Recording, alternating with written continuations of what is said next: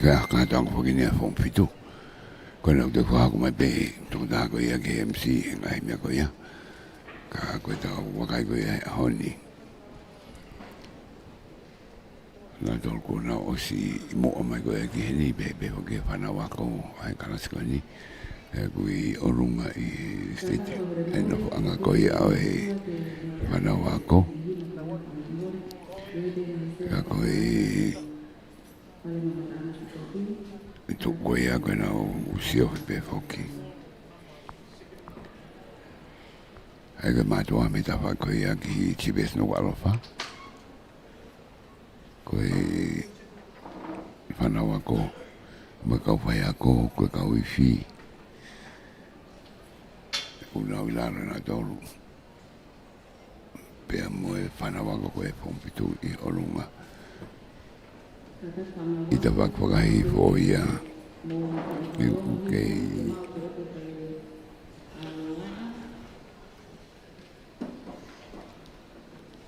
Kamu tola bene ta mini.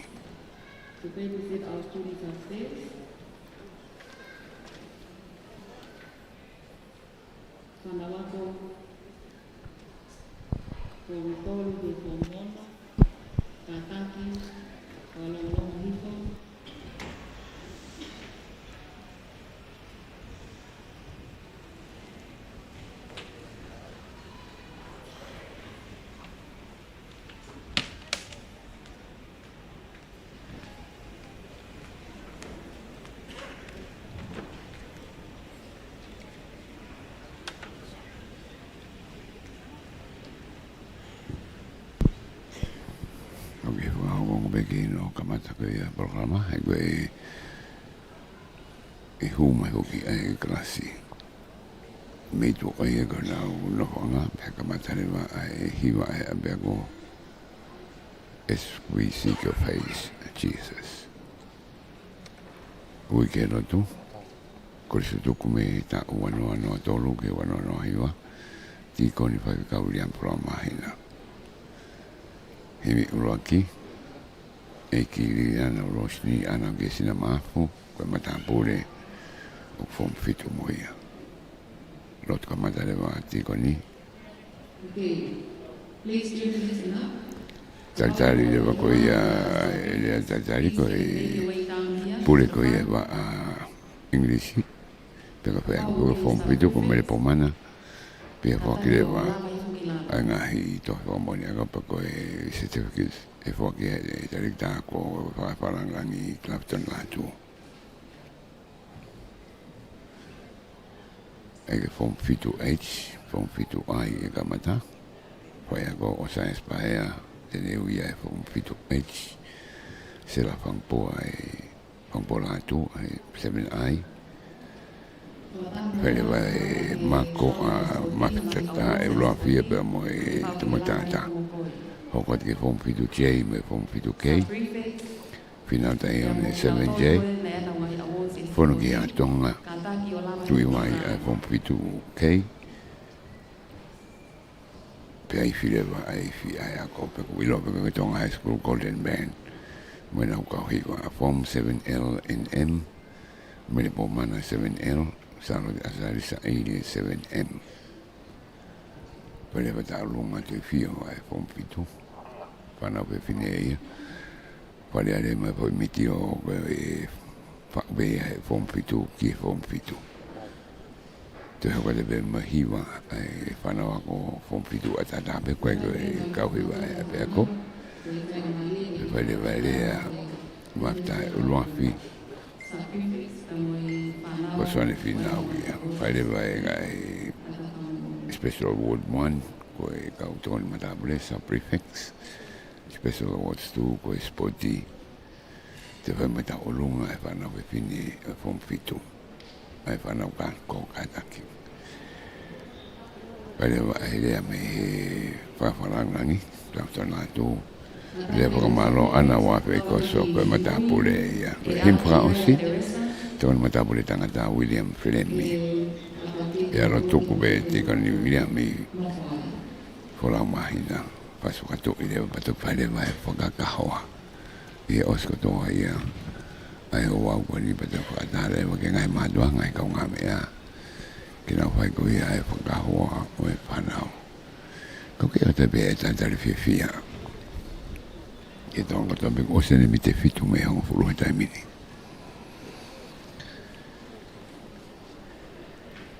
ka koe e beak marunga whakena tonga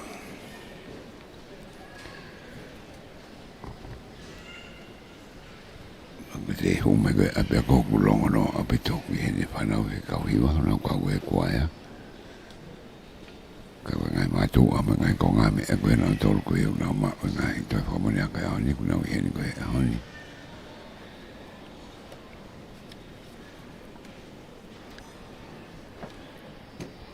au ki horo me koe ki ulawe i baka hau ngai e tuai koe ni me he hongo furu ko se me hene whakapharanglangi mau me whakatau kei e rapuronga me whake whanau ako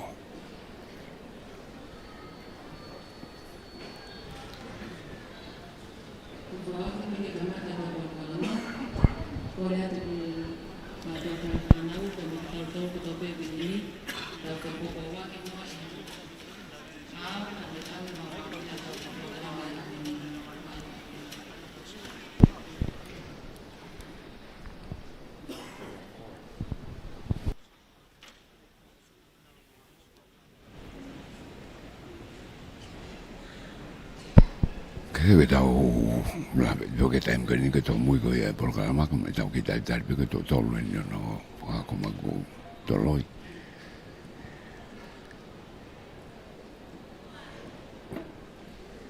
ngai a ben foke e mo ki na tau tang ko be be mo ko marot ka mo tau ki ka ko dai ni tau lawe poni ma ni tau lawe wa ponta be foke ngai live stream pe mo YouTube ko e pere anche ko ia ka wa Broadcom ngai programa pe ni o wa ko to mui te mini ki to mui e programa e no hoko ka ko da o da dal be hoki e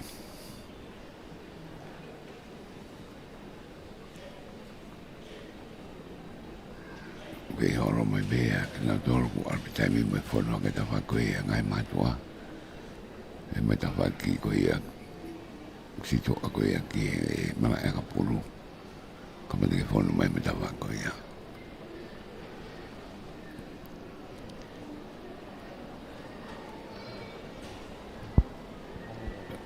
e foronga ni o ku aru hoke whanawa ko o e tu ke whanawa ko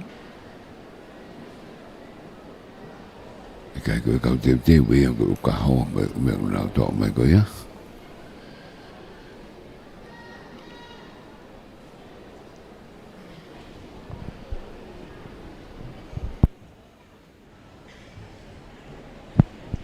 ko ngai mātou ape ia mo e ka pōpō.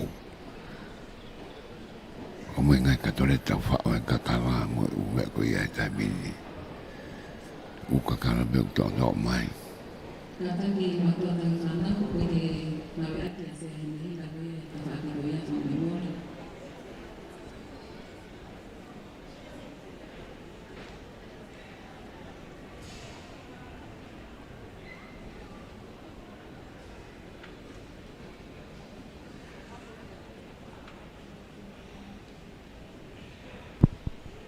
Kaya ke fai be ai tatari tamini.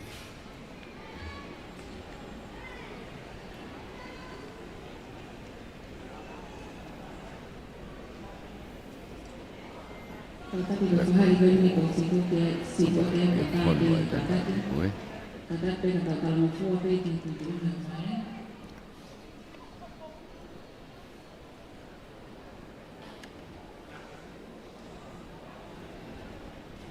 Te tōna hange hō mai tai mini ka hūtō mui. Koe koe ko ngai ni a whare talo na tala ni hō kai ki ngofua no whai. Koe nu kei whai e parpare mai tai mini.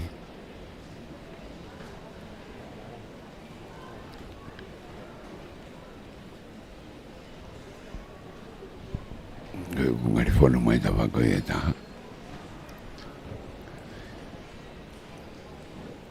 Tu tōne tuka ke o te nau no whai kai whai beno whai.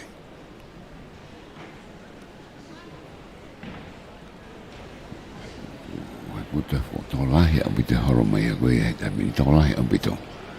Vai hu mai koe e tamini.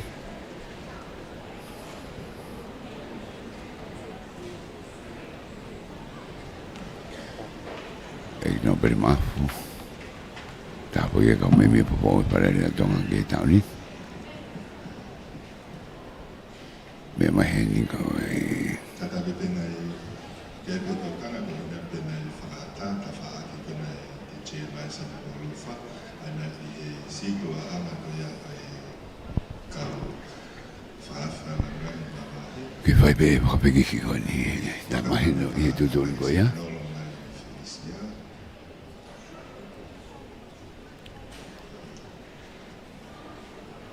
Me whakaata peki.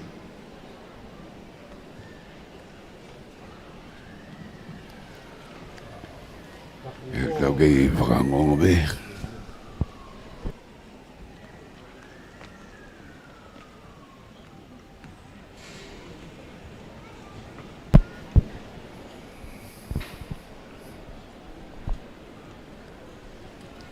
O se mi tātoro me ang pulu. Mai wala pitu pa ni mamu e live stream e Broadcom FM Broadcasting. Mga kei tatari e horo ko ia Tonga High School Indoor Stadium. Kia kamata ko ia tana tunga iPhone 7.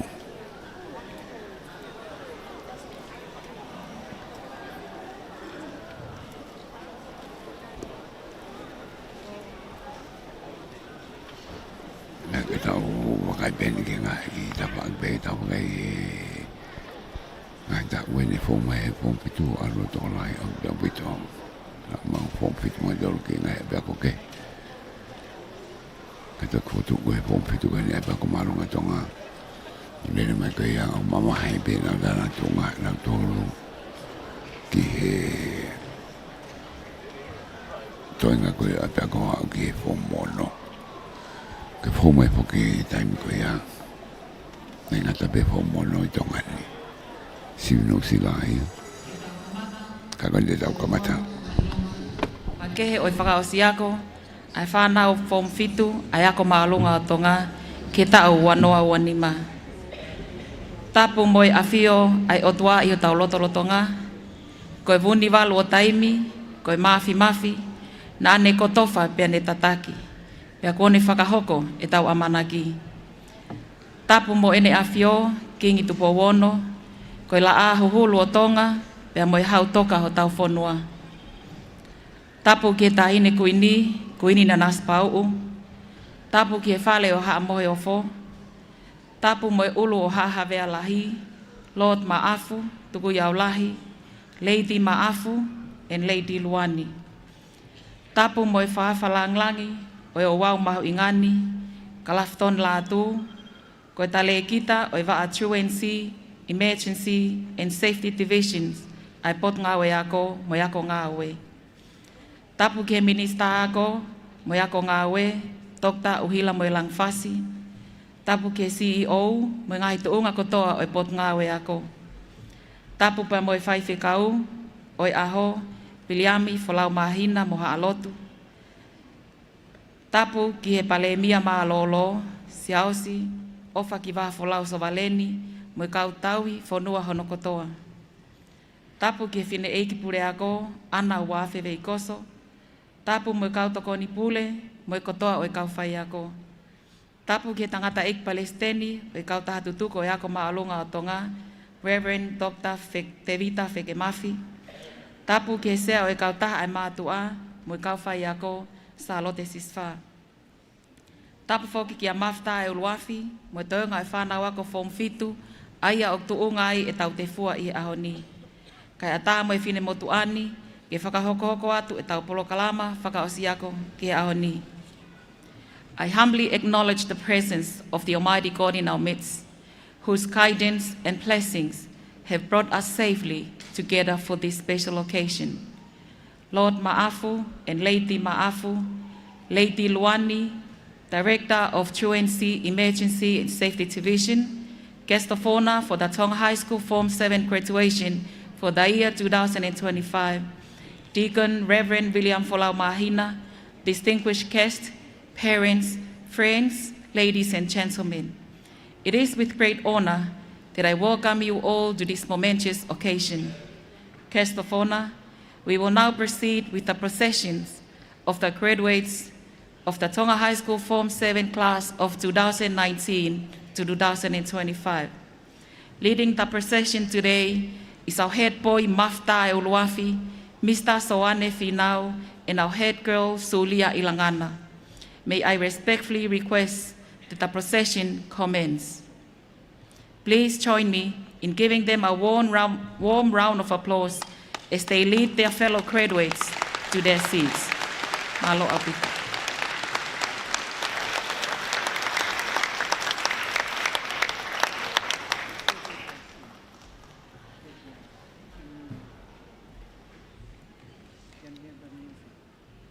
Can we have the music, please? Oi, whanau koe ni ko tudunen ki nau lakamai.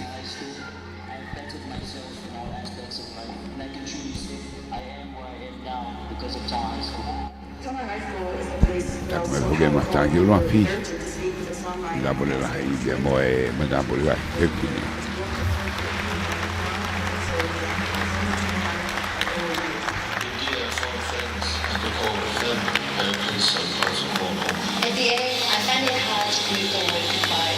Again, a big round of applause for our Tonga High School Form 7 students graduating today. Our Mafita Euluafi, Mr. Soane Finau, and Sulia Ilangana, our head girl.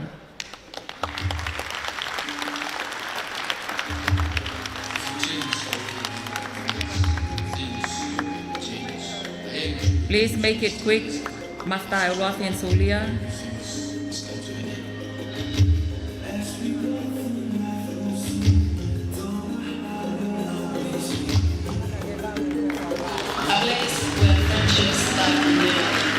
Kataki ki whakawawewame mai peho mō whanonga.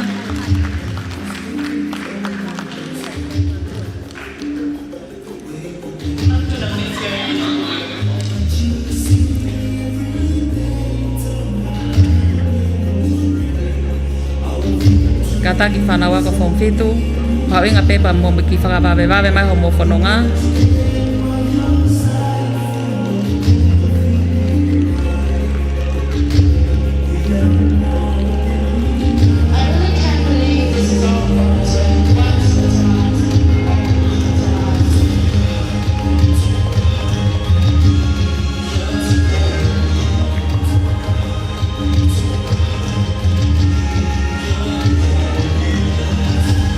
Tuite un gato che Panako Panako e tu venture satre tawala tapamaroon e tuile Panako de van maroon e Panako ni e bigi so de hina de a kote grey na do maroon ni Panako e grey e Panako ni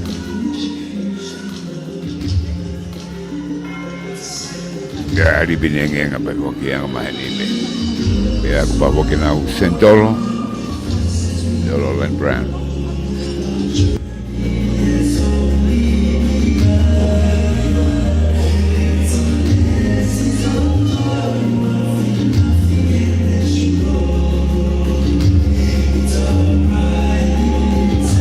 Katagi 7H, you need to fill up the front seat. Ilong abide sekolah yang mana webine Ivana Tangata oku otwe fine bear mix. Pero vive kutola yang abita bidange mana webine Ivana Tangata.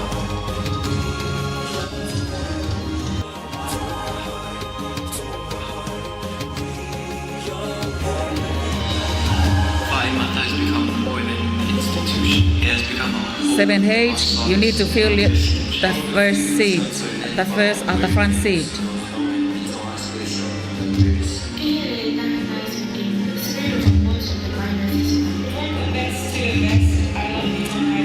Before we entered high school, we had dreams that seemed impossible. But as we are about to embark on our summer days, we've now been able to suddenly and literally make all our goals inevitable. Lifetimes, once we are most. We are born to my life, we are born.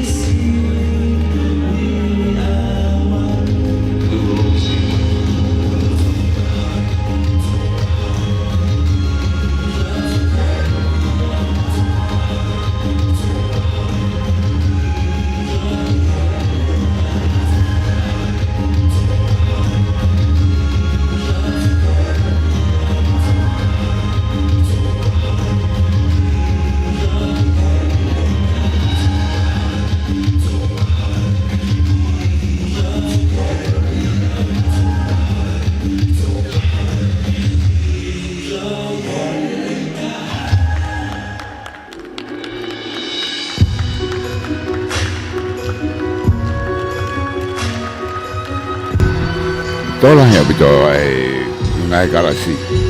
Gonu nau ke la kama be he tai mini. Na ba ni nai from 7 kamata mai 7H. 7H, 7I, 7J, 7K, 7L, 7M. Galaxia. El malo me guopio que o se cau que todo que fono mai be foi ben hanga tonu na Hawaii.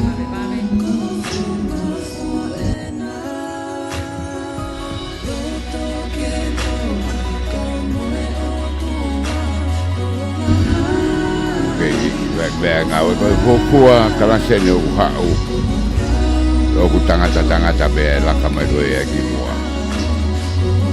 ai ba be kala se o ki to la hia nga ko to nga na u ha o na tangata fe fine se ko na u li be kala se ko ya ko ke pa na we fine be nia.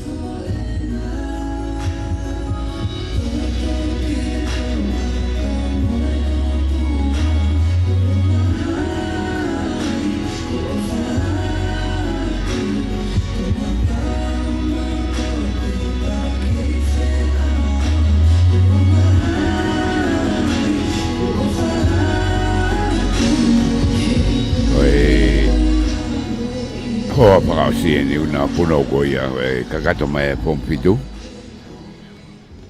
ki moa ia la tuanga filsia homa lokotui wala okay. Please be seated. Guest of honor, Mr. Kalafton Latu, distinguished guests, ladies and gentlemen, let us now come before the Lord in prayer. The Tonga High School Golden Band will lead us with a call to prayer. Following this, the first hymn will be read by Honorable Liliani Rosni Anauke Sinamaafu, a prefect for 2025.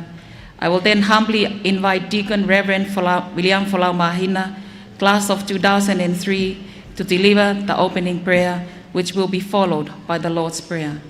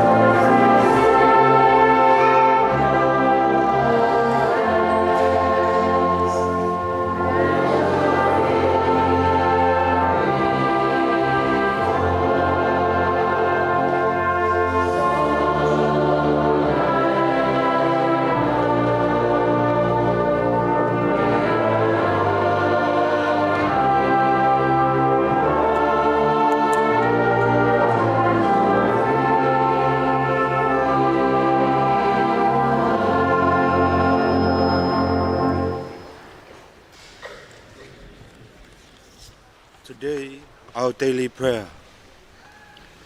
Now, my friends, brothers and sisters in Christ, all that is true, all that is noble, all that is just and pure, all that is lovable and gracious, whatever is excellent and admirable, with these let us fill our hearts, and the God of heaven will be with us.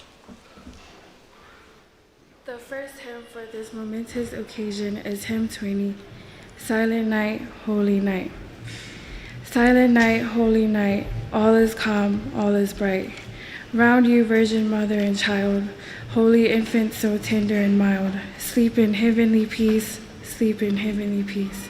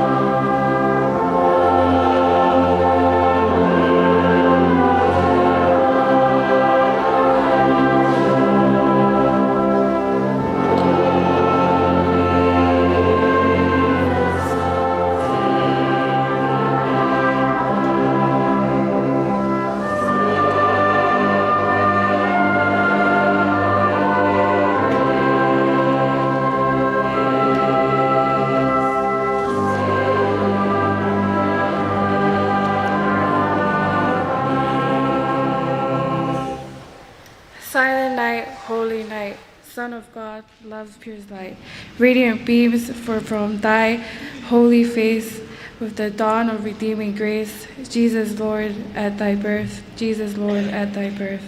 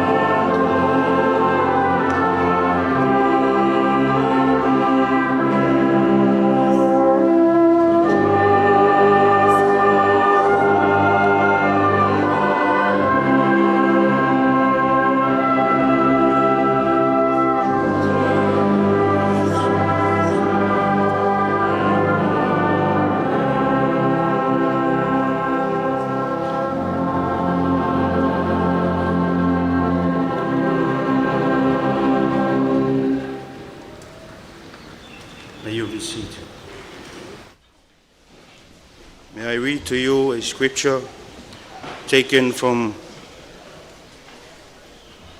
the book of the Apostles Paul, Epistle to the people of Romans, chapter 12, verse 9 and 10. The epistles of Apostle Paul to the Romans, chapter 12, verse 9 and 10. And it reads, "Let love be genuine.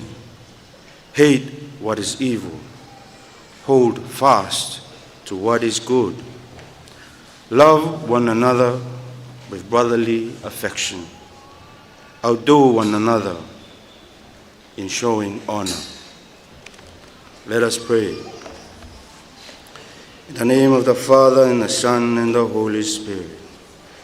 God of heaven and earth, through Jesus Christ, you promise to hear us when we pray to you in faith with thanksgiving. We pray for one another, for our families and friends, through whom we learn to love and to be loved. Thank you to all who care for us. Give us grace to serve Christ by serving our neighbors in our community, loving others as he loves us. We thank you, Father, for the unfailing love you hold out to everyone in Jesus Christ. We thank you for the life of our parents, your comfort and your healing in the times of sorrow, in the times of need, in our sickness, and in our troubles. We thank you, Father. We ask you that you give them courage and hope in times of distress, and bless those who minister to them. Father, we remember with gratitude your many gifts to us in creation, and the rich heritage of these islands. Help us, Father, and people everywhere to share with justice and peace the resources that we have learned from this school. Give us the wisdom to those in authority among us and to all leaders of the nation.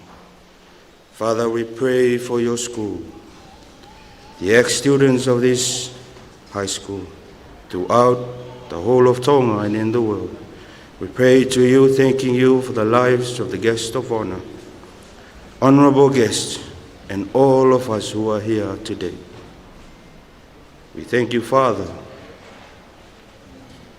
and we ask that your Spirit strengthen your people for their work and witness in the world. Unite us in your truth and your love, that we who confess your name may also reflect your glory. We remember with thanksgiving all who have helped us, students and parents alike, guests of honor and distinguished guests. We rejoice at the faithful witness of your saints and all of us here today to witness the glory and the love that you have shown us this whole year. Merciful God, you look with compassion on all who turn to you. Hear the prayers of your people. Grant that what we have asked in faith, we may, by your grace, receive through Jesus Christ our Lord. Amen.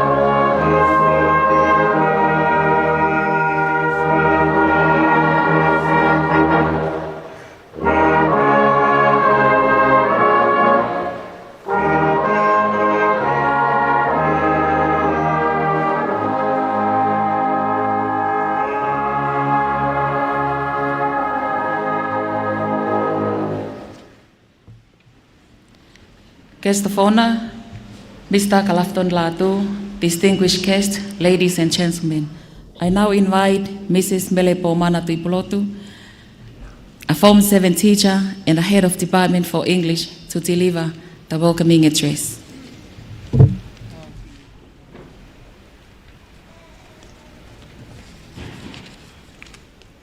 Whakawheta I kia Sihova he okulele ia, o kutolonga ta ingata i Nuku'alofa. Eki no pele maafu, leiti maafu, leiti luani, ki he whakaafe whakalanglangi o aho, te vita Kalafton Latu, ko tale kita o Truancy, Emergency and Safety Division o potungawe ako mo ako ngawe. Ti kon whaiwhe kau, Biliami Folau Mahina, kau whakaafe mahu inga o aho, Fine e ki tale ki tapule o ako anga, kau whai ako, mātu a tauhi whānau, pia moi kalasi o wāwhe ua nima. O kua kole, ke hu whangatu, he tala whakatapu kakato na ngāwe aki e mua klea. Ka a tā moau, ke whakahoko ai whatongia, o lea talitali o pongupongini. Te hoko atu he lea whakapilitania, ai lea aku ngawe aki e ako anga. To God be the glory, great things he hath done. I warmly welcome you all to today's auspicious event of celebrating the graduate class of 2025. It is an honor to have you all with us. Today marks a significant milestone, a day worth celebrating because it is the culmination of hard work, dedication, and perseverance. 7 years full of challenges. And if I may use Langston Hughes' words from his poem, Mother to Son, it ain't been no crystal stair. It had tacks, splinters, and boards torn up. Yet, our graduates of today, they did not sit down, they did not stop. They kept climbing, and that has made all the difference. They have overcome obstacles and have grown in ways we may never have imagined. And we are very, very proud of you all. To our Tonga High School family, to all of you who are here with us today, supporting us still and celebrating with us. We thank you for your unwavering support, for your encouragement, and for your belief in us. You are indeed the wind beneath our wings that has carried us and allowed us to soar. Without you, we wouldn't be standing here today. There are no words to convey our most sincere gratitude. May the Lord bless you all. To the teachers, we thank you for your tireless effort and the commitment not only to education, but to the well-being of our students. May you be blessed abundantly. And lastly, to our graduates, congratulations. Today is your curtain call. It is the end of one act on the stage, but a beginning of a new one and a new stage. Ad astra, to the stars, because with God, nothing is impossible. Ofatu.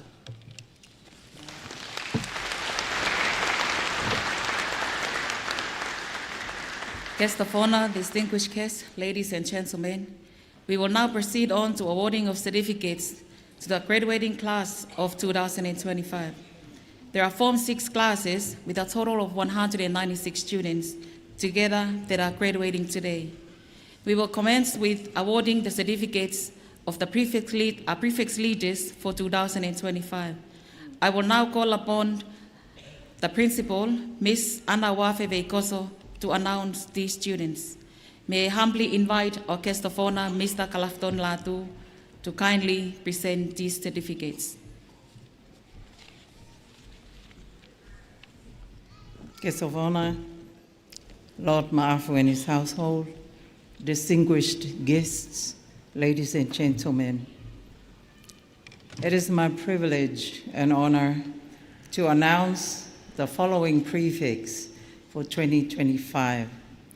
Maftai Uluafi, or the head boy, 2025 goes to Soane Roy Junior Finau o Fungamisi Vava'u, Kolonga, Popua, Tongatapu.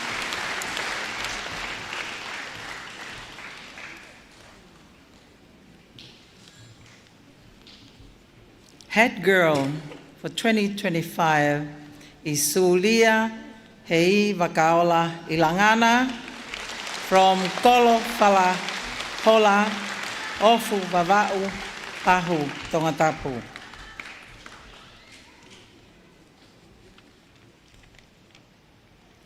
Deputy head boys are William Nukulia Charenas Felemi of Tofoa, Tatakamotonga of Tongatapu.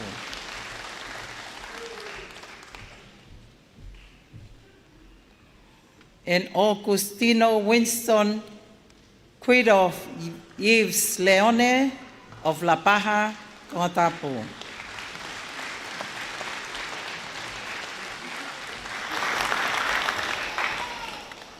Deputy head girls are Alice Launga Eki Junior Telefoni of Kapa Tawa Baba'u Pahu Tongatapu.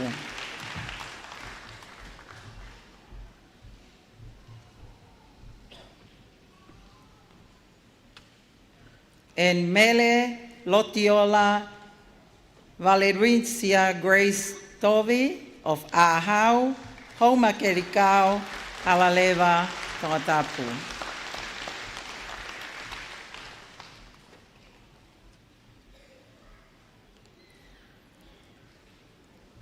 Last but not the least, Liliana Roshni Anaukiesina Ma'afu of Vaini, Tongatapu. Thank you.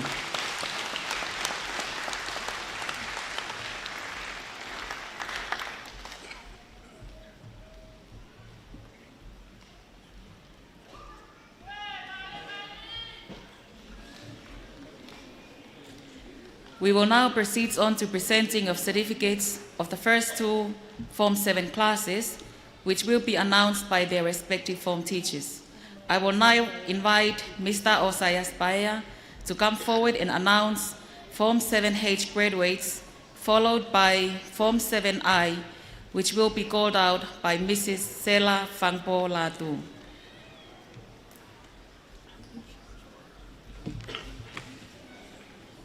Right, our guest of honor, distinguished guests, and all our visitors for this unforgettable occasion.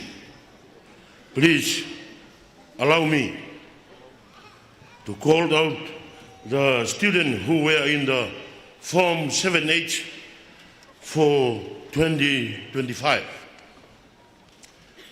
Paulam Ama Papahan, Kolmadua, Tongatapu, Akri, Israel.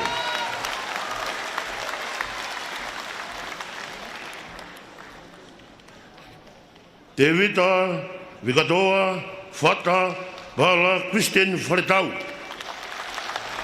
Taunga Babau, Kolmadua, Tongatapu, Litongo Samoa. Natasha Waleua, Maria Matoto, Tofoa, Tongatapu.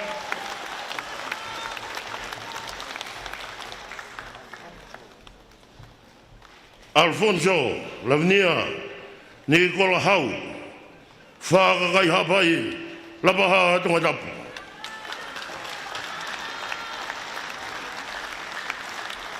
Marcus, Max, Bozat, Nikua, Haveluloto, Kolmudua, Tongatapu.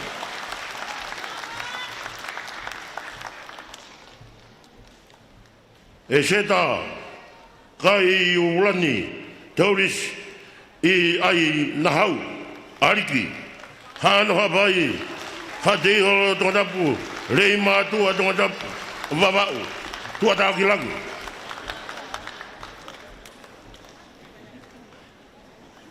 Agesa Haunga, Foe Tongatapu Matuku Habai.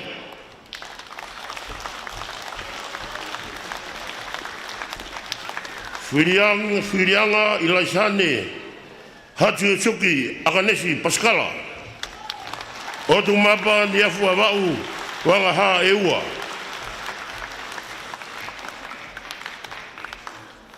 Natina, Wendolin, O Immaculata, Tangolu, Auhako, Tuatakilangi, Tongatapu.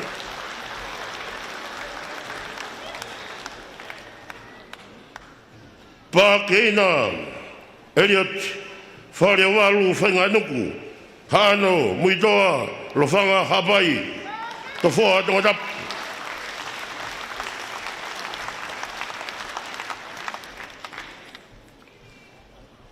Saurina, Kuipo, Ri Aloha Feao, Fonaifua, Habai.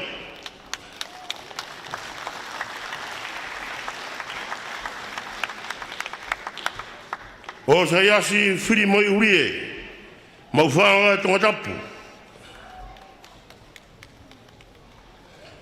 Lavinia puri mai pau, finau, fasi mo yafi, havelu loto Tongatapu.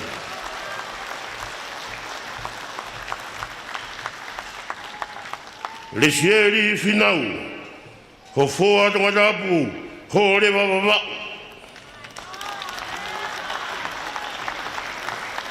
Te pola kore anita tupou, haka motu, nungu Tongatapu, te fisi vava.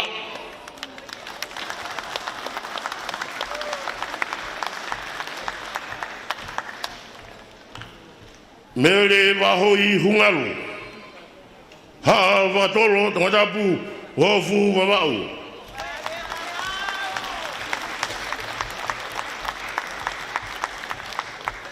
Sinai kari, nuku Tongatapu, kolo habai.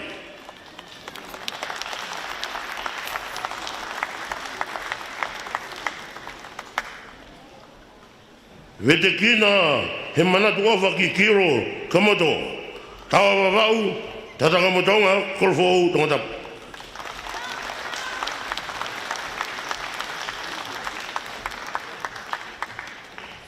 Resieri, uriatu, Kevin, koloi, tuatakilangi Tongatapu. Matiasi, peke-peka, li laurea la salo, la paha Tongatapu.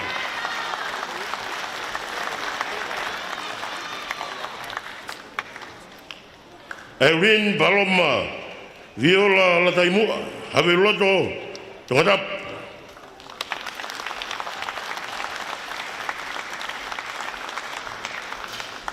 Elizabeth, Feilo Paia i Aotearoa Riu, Navutoa Tongatapu.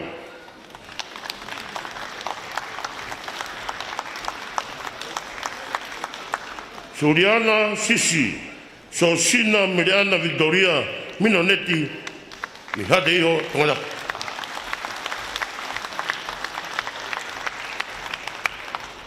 Alipeti Foweti, Siu, Mosati, Nuku'alofa, Molapaha Tongatapu.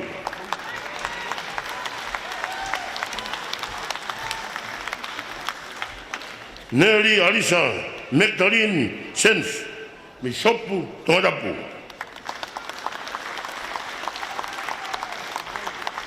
Lavenda Teresa Sime, Miutulau Tongatapu.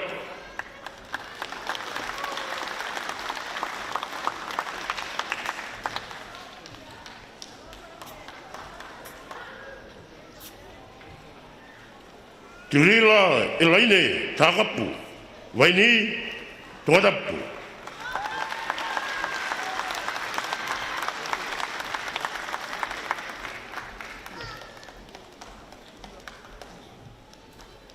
Valerie Wendy Kepu Steven, Kolmotua, Petani Ewa.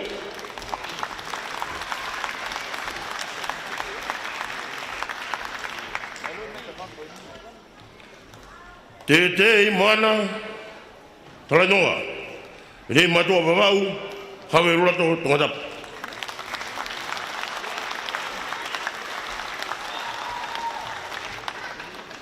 Veka Fehoko Te Sina, halalo Tongatapu.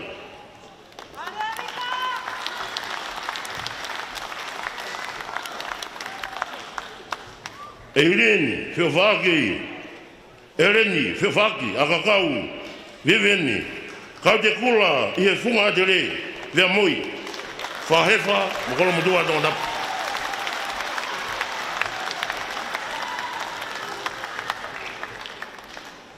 Malo kene lawa ia, malo.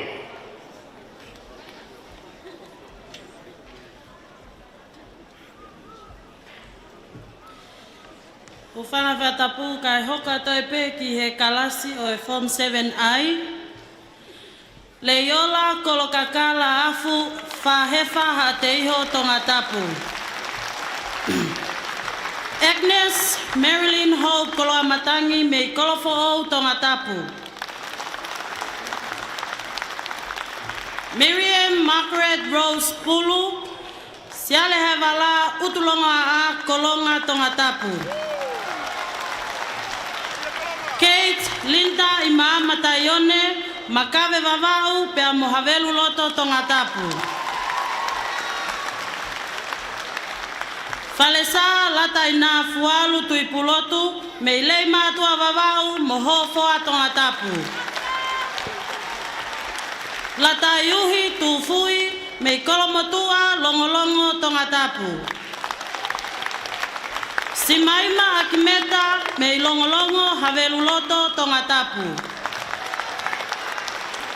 Amelia Sabrina ofaki okalani faivailo, me kolomotua tofoa Tongatapu. Malia Fakatava, me holeva vavau halaleva Tongatapu. Masani o Salome Falemaka, me yangaha eua mounga one hapai. George Wellington Paul Fifita, me kapa vavau pe amofatumu Tongatapu. Ofa gikoloua finau, me pangai motu vavau pe amonakolo Tongatapu. Tapaau halatanu, me homa Tongatapu. Fokikata ie wiketapu kakala, me lotofoa hapai hasini Tongatapu. Tisha kapatia, me intia pahu Tongatapu. Patelesio punauki hifo lakai, me ohonua eua pea Tongatapu. Marcela Loloma, me ote avavau nukunuku Tongatapu. Ota loutoa i malai a loa lutui, me havelu loto tofoa Tongatapu. Siosiua mafleo, me hihifo niwa Tongatapu, pe amohofo a Tongatapu.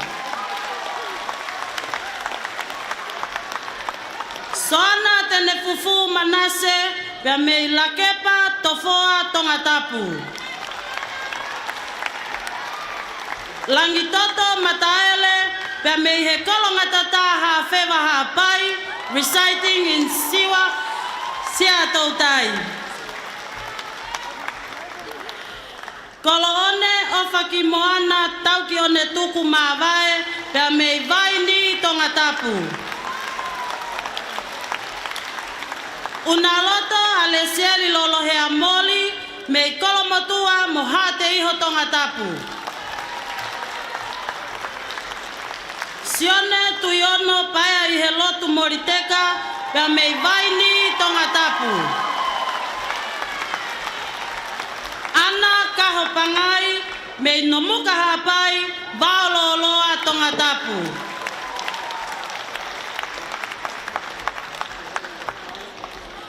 Fatafehi mamana mauaho esi olongolongo sakalia, me holonga vavau mo mafanga Tongatapu. Tupou o leva sent, me vaini kapeta Tongatapu. Taumua sent, me vaini aipe kapeta Tongatapu.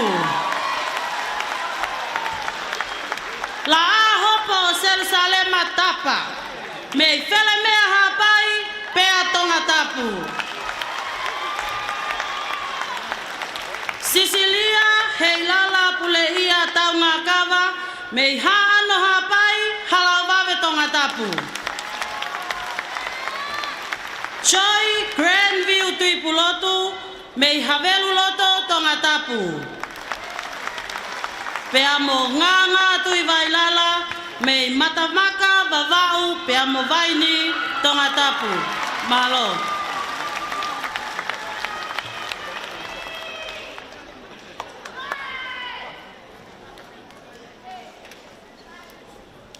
Thank you, Gestafona. Our first item will be a Mako dance performed by Mafta El Wafi and the Form 7 boys.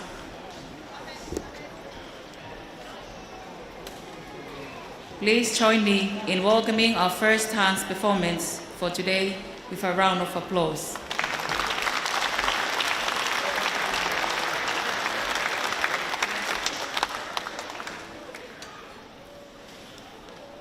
Ko le peki he DJ, whawale mole I lo tonga tau talitari koe ki whaiva ai whanau tangata form fitu, ka tape lava o mai ki fo I whase taha, whawale mole.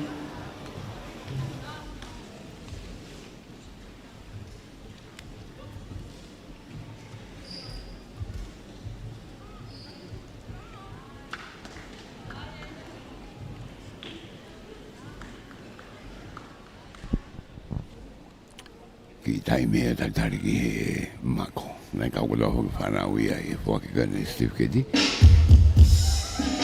DJ Ben.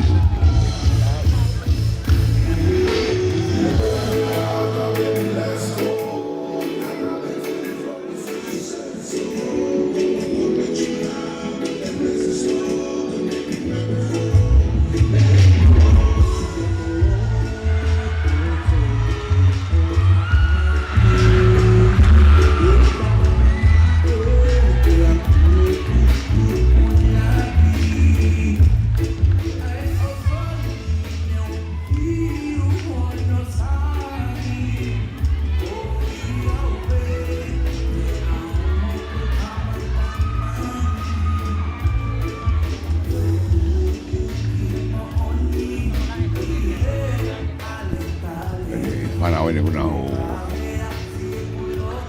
Laka Makinoto Tube tupe nume ta wala pa ko kai Siska kara pe o runga bebe ki he kahoka kara tek teki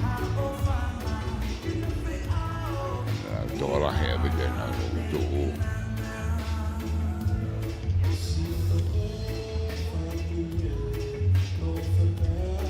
Na o tu'u anka na tora he abite Waki me mita wake taha Me ta wano ki he otu.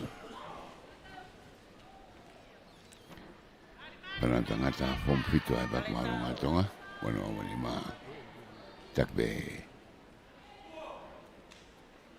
e mafi. Nai uruafi.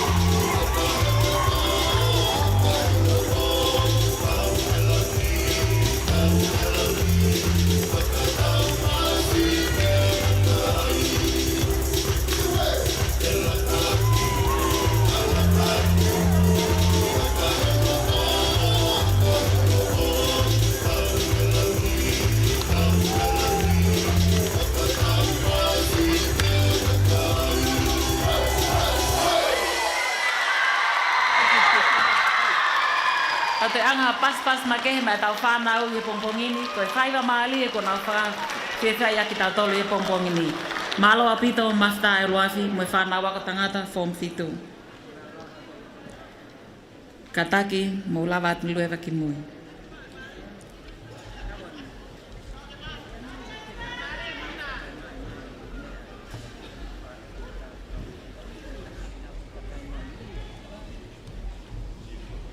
Watwa e kore whamore more ka taki mo a matua tau I whanau. Mo whakatonga I pe mua ho mo lava mai o whakapale ho mo whanau. O iai e tau ho eiki o kumea I he tawhaaki. Ke ki I ka taki o whakatonga ngai angi mua e ki tawhaaki ko ia malo o pitu. We will now proceed on with presenting of certificates. I will now invite Mrs. Finau Tayone to announce the graduating students of Form 7J, followed by Form 7K to be announced by Mrs. Fonoki Tongatapu Iwai. Once again, may I humbly ask your guest of honor to humbly present these awards. Malo Abito. Guest of honor, honorable guests, it is with great pride that I announce the graduating class Form 7J. Jeremiah Salesi, Talai Lautala, Pacifica Garvey.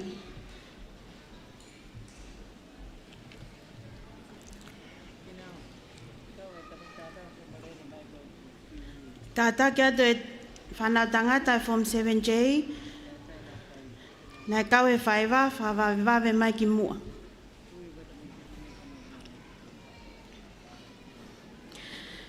Aka nesi, hawenga monu he tāpuaki whatai, hawe loto, tō mololo, Tongatapu. Mele ka fo atu hakalo, ha ano hapai, popua Tongatapu.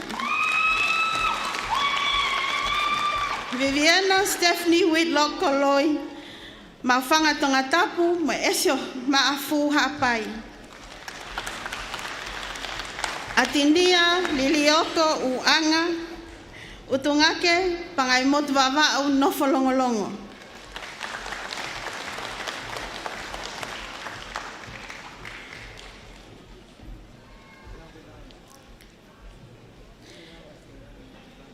Luciane Diana Akenda Ahokava, Nualei Haveloto Tongatapu. Lowena Siwi Toloke Oliva Fangpo, Homa Motataka Motonga Tongatapu. Kasmea Ofakitaka Nove Fektoa, Hafeva Mofaleloa Hapai, Toliki Tongatapu. Talotia Maumi o la kepa fohe, Whaamotu mo lakfonua Tongatapu. Linda Wilson Folau, utui mo fuvavau. Yvette Eva Iloto Talau Gutenbeo, Malapo mo have loto Tongatapu. Whaloloma ke moe atu, esio elenoa falevai talihau vavau. Lesieli Tabitha Laftani, angaha eua mopopua Tongatapu. Pulonga lama, kolofo Tongatapu, sapaata eua. Emeline Lavaka, pangai motu vavau, me piwo tafahi ni watoptapu. Seini Melaia Levington Nikiliki, kolomotua mo vaini Tongatapu. Maria Asobesio Monica Mailangi, Feretoa vavau mo tongoleleka hapai.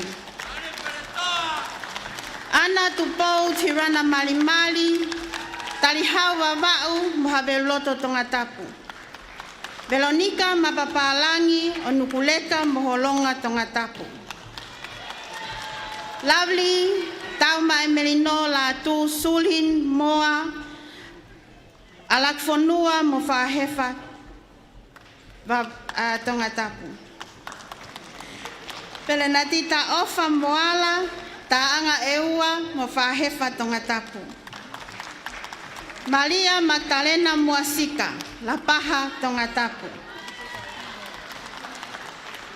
Salome Charlize Emba Rosa de Lima Petelo, Pangaimotu vavau mo maufanga Tongatapu. Siulolovao lau aitu meimuli taulanga, ohoi mototaka motonga Tongatapu. Fawina pela matapuna tei hofoa Tongatapu. Suliana toifolau tofoa mohalaleva Tongatapu. Ilaisaane latai onevao tuipulotu a maile kolofo mohofoa Tongatapu. Jessica Tiana Tuivailala, matamaka vavau mopea Tongatapu. Haitelensia tutafaiva, maufanga mohateiho Tongatapu. Moana Agnes Kachina Wasi, nomuka hapai movaini Tongatapu. Siuti laga e monu kai mana meilangi vea, kabeta Tongatapu. Samiu Kolope, te fisi vavau, mo fanga bilolevu Tongatapu. Sione ale ki vaa na rivo o tuhouma, hihifo moniuto ua Tongatapu. Fuka Bartolomeo Akui, apia Samoa Pahu Tongatapu.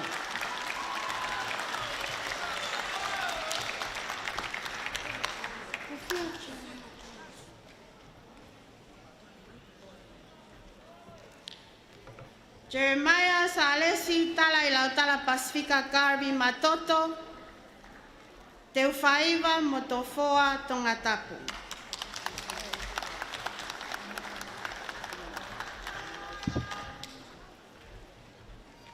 Malo.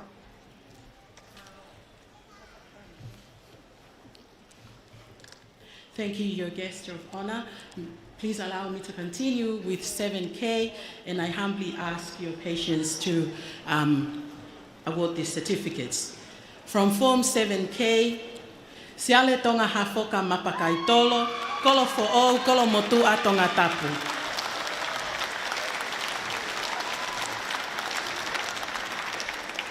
Te evita maapili vai, ta meifuna po oi, ngele ia Tongatapu.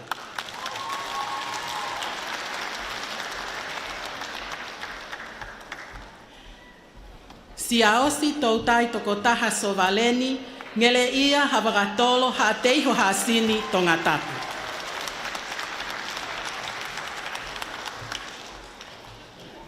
Samuela manatu lolo ki tualiku Tonga Eric Ta'aufa, kolomotua na kolo Tongatapu.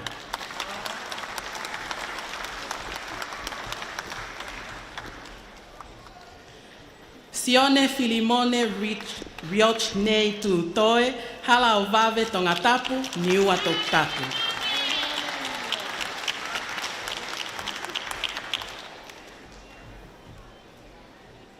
Wilamila Fahamo Kioa, Haveluloto Tongatapu, Tongoleleka Haapai.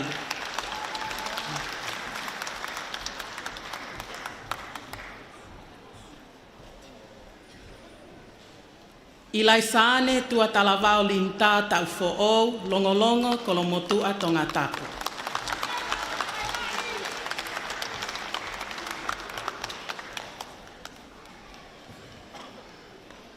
Mele he ofa ki muli tu fui, fua motu talasiu Tongatapu.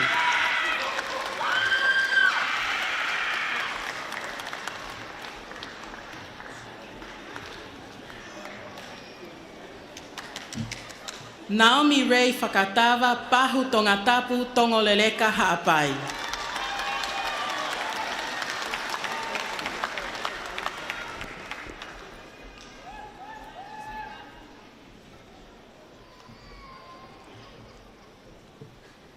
Victoria Lavinia Monica Fifita, Haveluloto Tongatapu, Kolovai.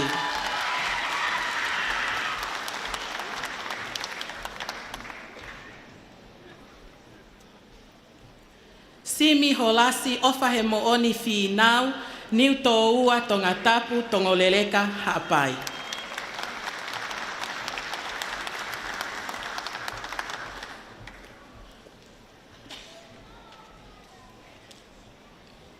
Losa Eunice Lata Ileotisia, Fisiahi, Hamonga Maui Niu Toua, Funga Onetaka Navutoka Tongatapu.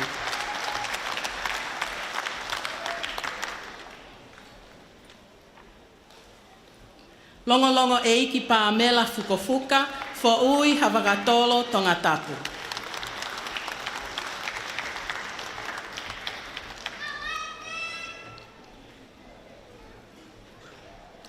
Langi Ma'olunga Ileini Ha'angana, Kolofo'ou Vaotu'u Tongatapu.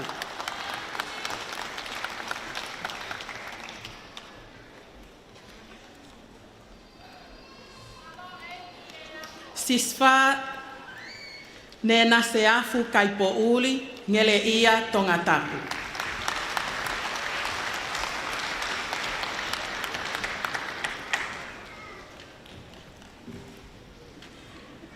Samuela Ta'avite Vauhea Kausangato Kaitapu, Haveluloto Tongatapu, Ha'ato'u Ha'apai.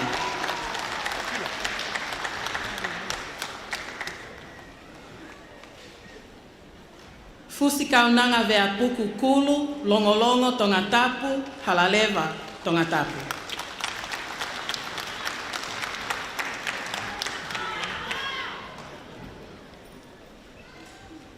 Manoa Ma'u Lava Kei Aho, Ngele Ia Tongatapu, Funga Fa'aua Maufanga Tongatapu.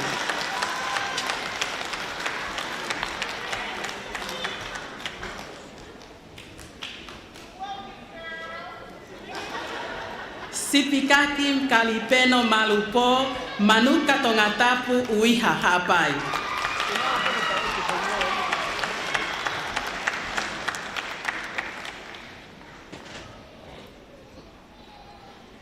Maliahola Misloi Tatakamotonga Longoteme Tongatapu.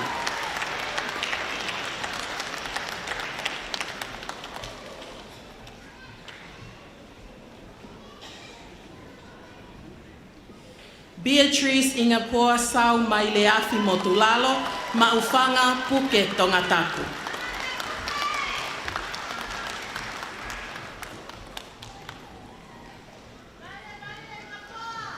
Ilaisaane Veiu Kinau, Manuka Tongatapu Ha'ano Ha'apai.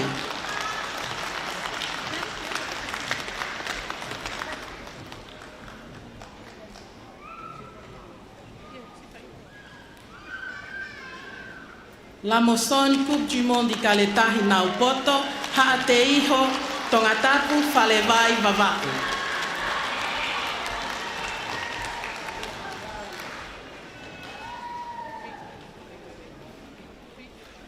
Paea he taulanga mata i tofe nonu, hawhewa haapai tonga mamao e ua kolomotu a Tongatapu.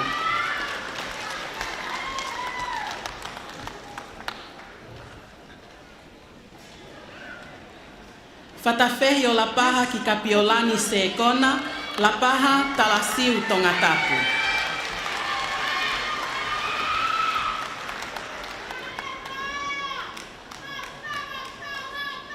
Amelia Peata Liavaha Lupenita Sili, la paha Nuku'alofa Tongatapu.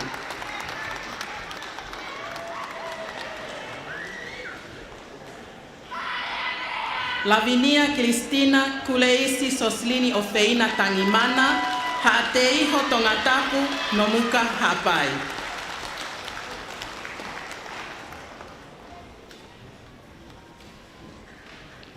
Kalapu Petelo Taulanga, Vaini Tofoa Tongatapu.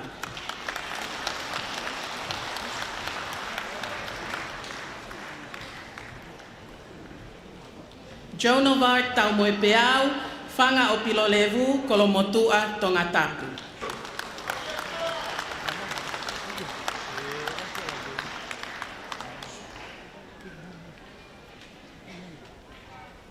Gina Fei Sicilia Tuifua Tuitavake, Kolomotua Kolofo'ou Tongatapu.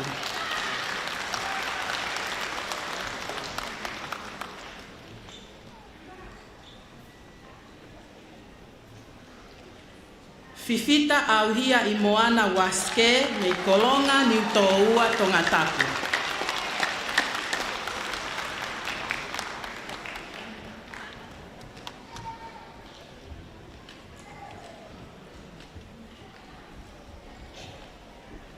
Marilyn Eleanor Vaka, me Pahu Fa'ahefa Tongatapu.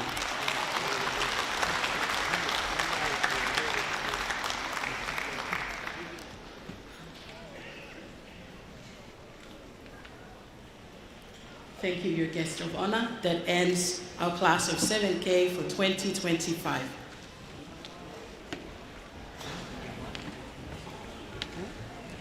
Our next item is a performance from the Tonga High School Choir, conducted by Mr. David Amanu and Max Fekau. Please, can we all give a round of applause to the Tonga High School Choir.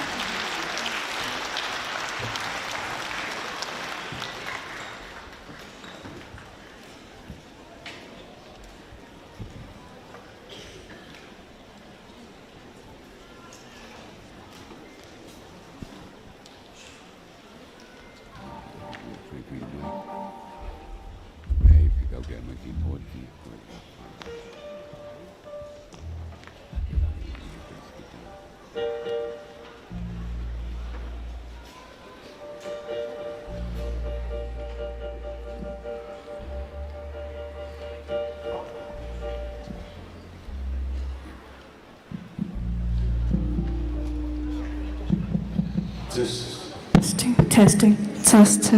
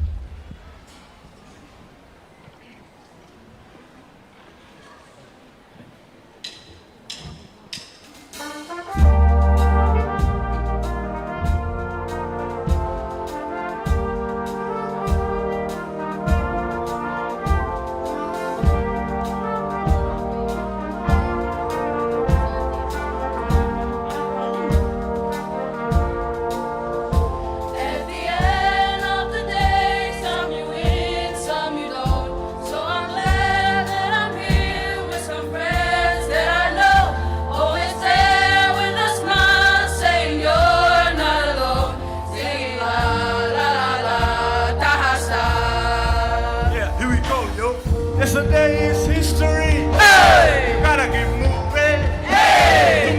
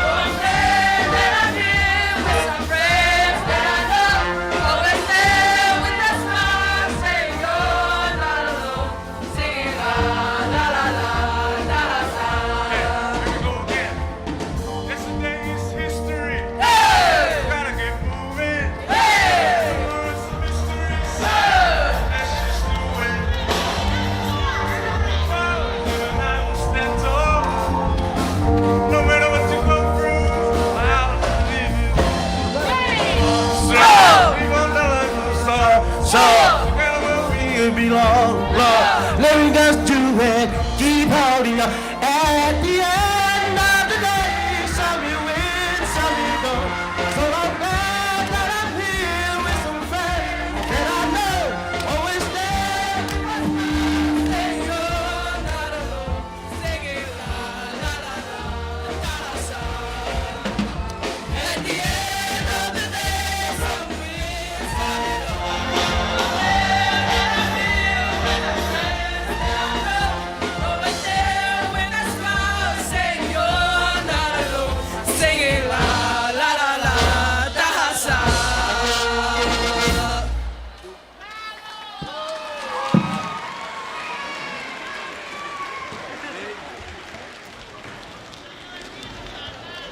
Malo apito Max Fekau pe mo Tevita Manu. Pe ke whanau ako I he item for ofagoia. We will now continue on with presenting of certificates of the last two Form 7 classes. I will now invite Mrs. Mele to Iplot Pomana to announce that the graduating students of Form 7L, followed by Form 7M, to be announced by Mrs. Salote Asaeli Saili. Once again, may I humbly ask your guest of honor to kindly present these awards. Malo apito.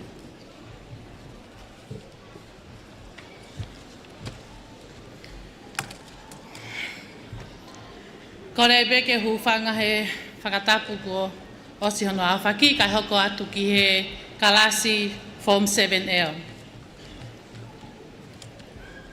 Form 7L, whikaulu aki e toni sia a Tonga whale tau halau wawe Tongatapu taunga wawau. Fililaita suite o maakolo houmakelika Tongatapu mo mauwhanga. E a kalafi niutoni tuai mei api pe tani e ua ha ano hapai nofo he whanga pilo velevu. Pauliasi pen laten tau kei aho me yofu vavau pe mo whahefa Tongatapu. Mau he ofa vite toko mololo pe mo hoi Tongatapu. Mele aiona fatai lehua atu e kaho vaini Tongatapu koloa vavau.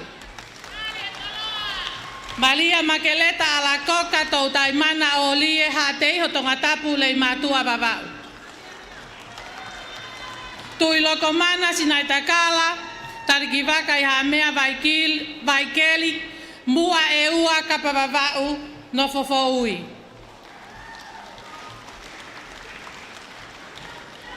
Mafi ha mea akauola malapo Tongatapu vaini o vaka vavau. Selesa mativa e penisa kumifonua hofoa e weiki. Catalina Moana Filimoehala tataka motonga maufanga Tongatapu. Mele eleva maluho moui folau tofoa Tongatapu. Anatangi alevatau fuko nukunuku Tongatapu.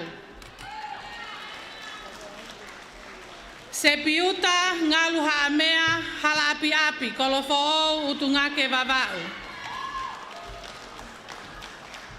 Mary Catherine Inia maufanga Tongatapu tefisi vavau. Matilda Annie Kioa kolofo fasi moyafi Tongatapu. Pauline laulau tapu la tunipulu tataka motonga Tongatapu. Elisabeti Luciane Veronica Fifita vavau lecha fasi moyafi Tongatapu pe motaunga vavau. Henry Cook Loloa longolongo Tongatapu. Mele Lute Lose Hofoa Tongatapu. Elaine mamaloa lahaina malaifo tofoa Tongatapu. Lesieli manu havakatolo Tongatapu. Sione matekuolava puke Tongatapu. Lutimila Manusiu, Folauhola i hau matala pateta, fasi moe afi maufanga. Soane Junior pateta, Soane Junior salt, Houma Tongatapu, Piamo maufanga Tongatapu. Luciana Maria Marieta Lotu Kalafi tau moe peau, Hofu vavau, Haano, Vaini Kolofo Tongatapu. Seini toa tapaita tuitupou, Sapaata eua pelehake la paha Tongatapu. Ofa kile otisia lui tuta faiva, haakame piamo veitongo Tongatapu. Amelia Melinda Vaihu, Folaha Longoteme Tongatapu.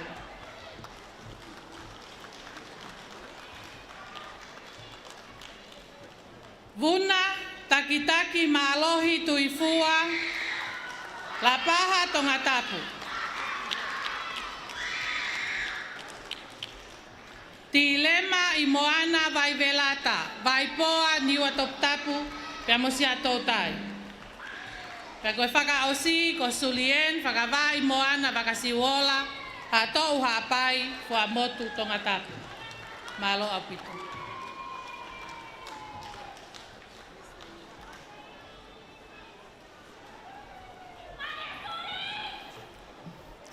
Guest of honor, please allow me to proceed to Form 7M.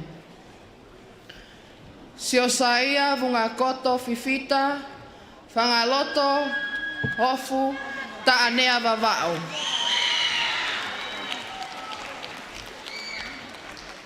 Alexa Anita, Jared Sisfa, Fas Moeafi, Lofanga Hapai. Sione Kaliopasi, Takataka, Houma, Malapo, Tongatapu.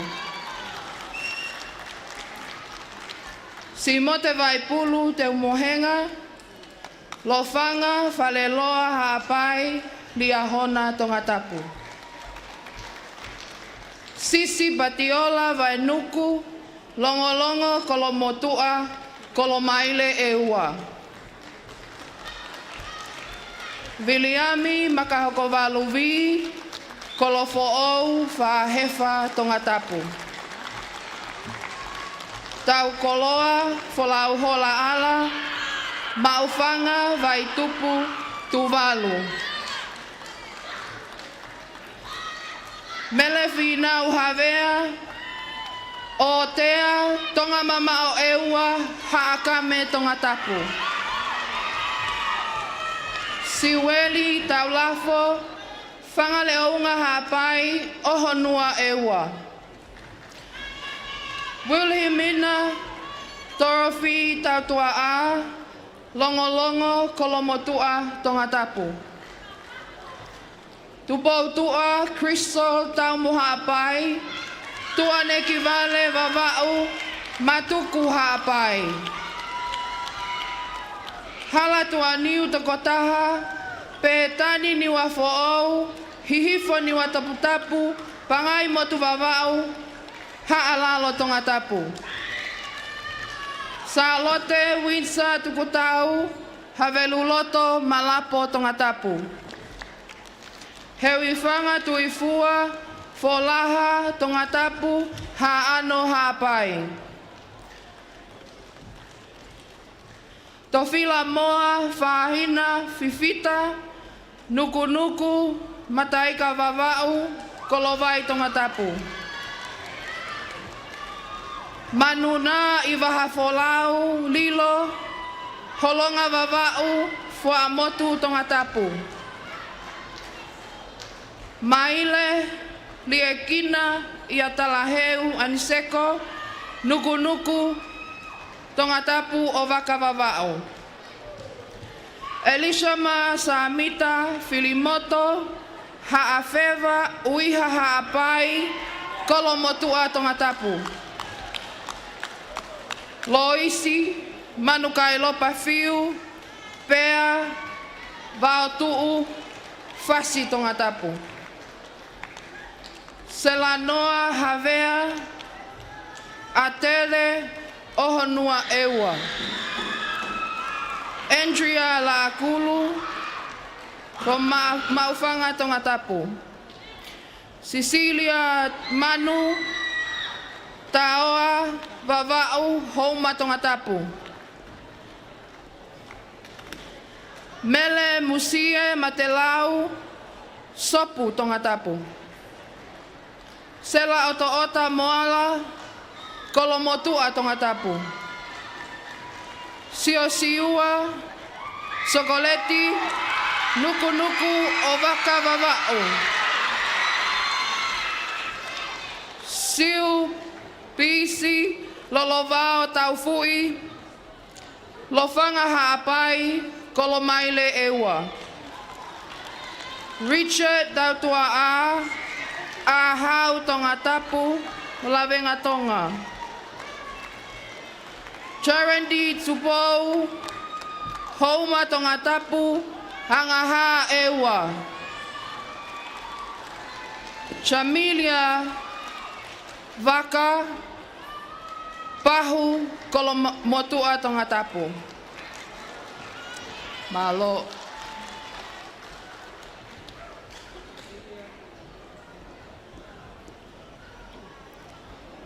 Thank you, your guest of honor. Our next item is a mixed dances performed by the Tonga High School Form 7 girls. It will be followed by a video display reflecting the journey of our Form 7 students in the Fa'imata ground, and a song performed by the graduating class of 2025. Please join me in welcoming the graduating class of 2025.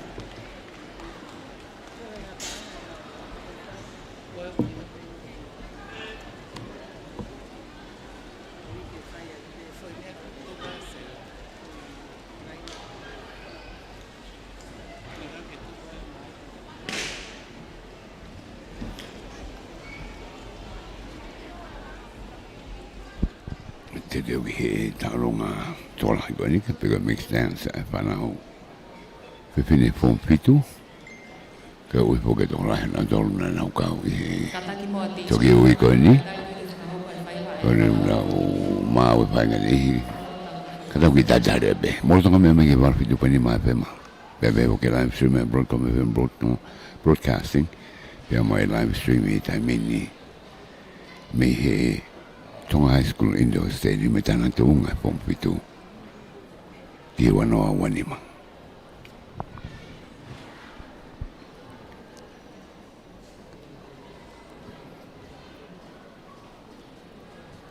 Eko hoko mai. Form 5. Can we have one song, please? O si be hoko mai video. Kita uwe wano wani mafana Form 5 betang toki hoke na po hiwa. Vale a mafi tai uruafi. Peko sone fina ugo matapure lahi abia koke wano wani ma. Thank you.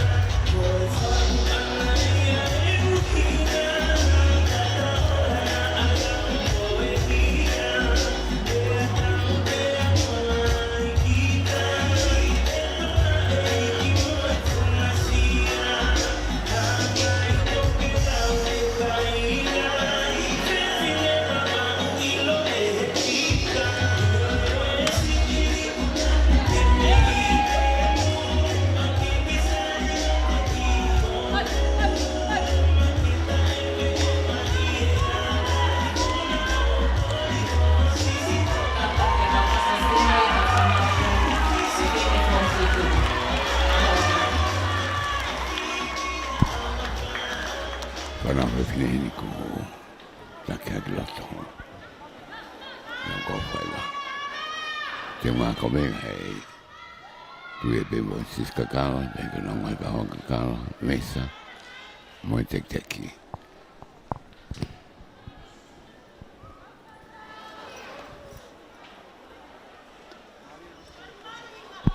Koe ta whakoia ta hamta ke mo ta whakoia. Ni tēnā waka e ua.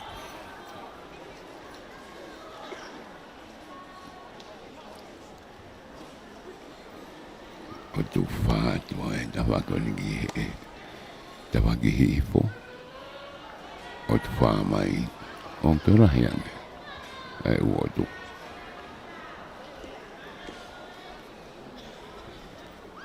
Tō fulu ki he,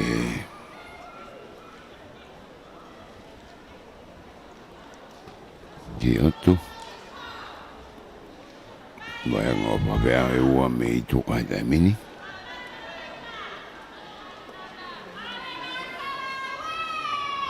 Nei koe Lilian Roshni ana ke sina maafu ia. Maa wenga wakai e loto tai mini.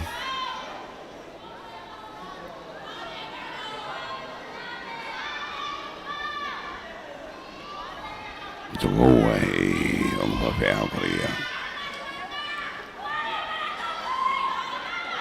Tēnā taki mai ana ke sina.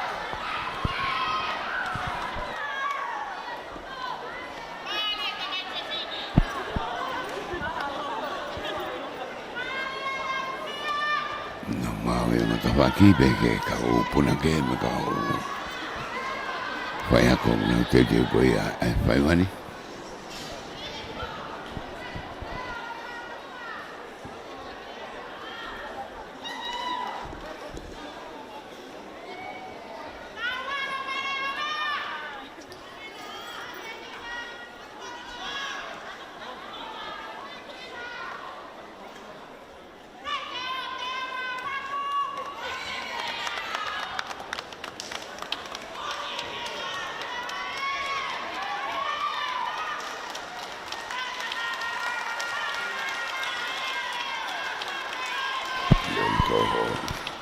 Madaburi ka kuna ni wai himi uroaki.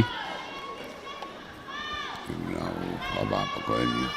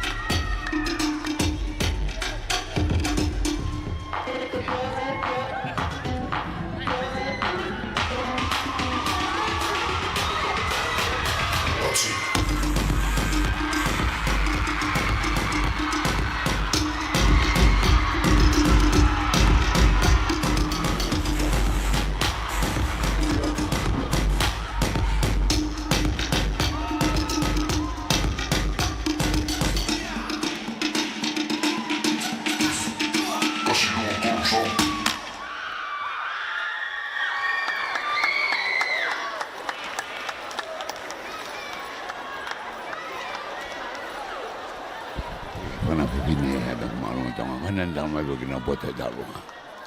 Kei kei nā whare ari koe ka koe maumau ka muto koe mea mami api koe puria e nā whai wā koe kau whakapare. Mon be e mā whana ai au taton beke tau ki toka i atu ki tuangi ase maari e koe ia. Ai whanau e nā whai wā koe kako. Arai ku taket mo e whanau o na tō o broka mau whai tā ma toka ku. Atunga bea he tawangu ia. Ka koe more koe ia e maari e me tau sio o kulawalere i whanau pe whini koe ia wā. E bea kumarunga tonga o taurunga whakatonga. Kueni whakme e whafonga me e Chris Kusanate na kua matapure na hini na fie wakai atu na whakatonga. Una rawa taurunga mo na tolu. A fie. Moro tonga me magi warpitu pweni mai pe maka mai live stream e Broadcom FM Broadcasting. Me he Tonga High School Indoor Stadium tana tuunga e wanoa wanima ai whanau form fitu. Ni lau kei maa veilato. Malo apito te tau hoka atu lewa ki haki i mitio ko te he whanau ki whailonga ea ke taimi e nau whenga ko i ea ko maolonga. Malo apito.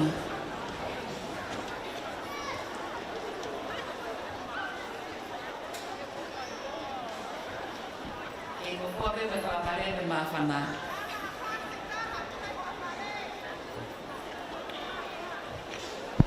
Tamta be whanau whewhine i nalo loto be ka te koe a ki video kone omaraki ki tau mamata ki ai.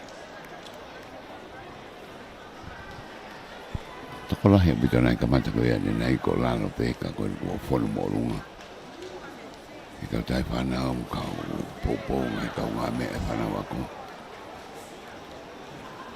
Kunau kau mai koe ia. Ki tana tuunga koe ia. Ewa tangau pepe maa motor koe ia ia pina. I tonga ni pepe hoki o morina. Koe whanau tanga koe viti oni.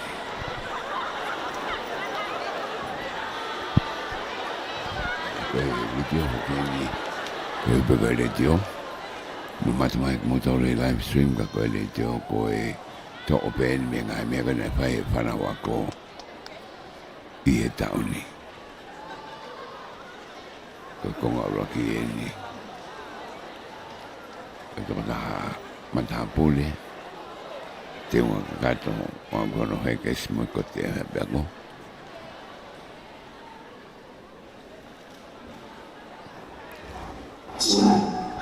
I just want to make this really quick. Class of 2025.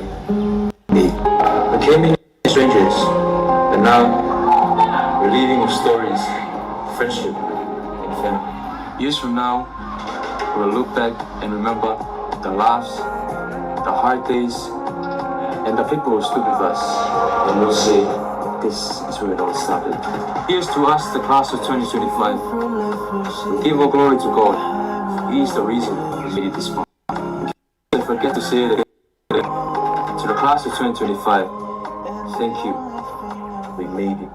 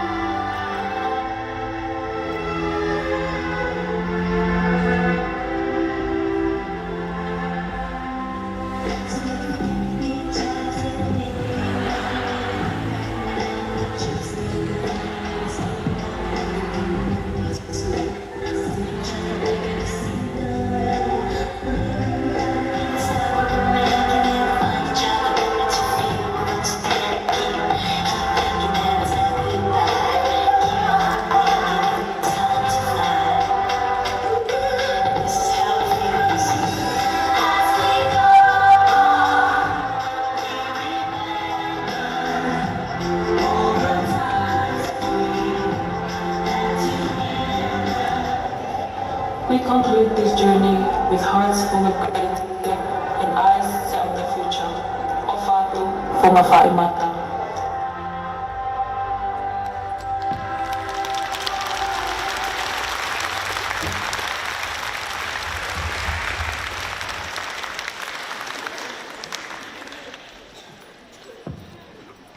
Malo pito, te tau hoka atlewa ki a hiwa e whakahoko e he whanau ako form fitu.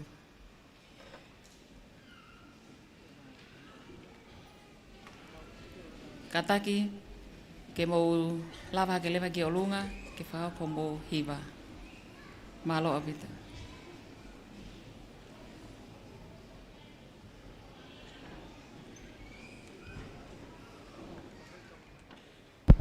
Noi mawe hoki noto aspire na pai wane nei whana tangataku na o si tu me mui na o ke te unga pai wa pe poke.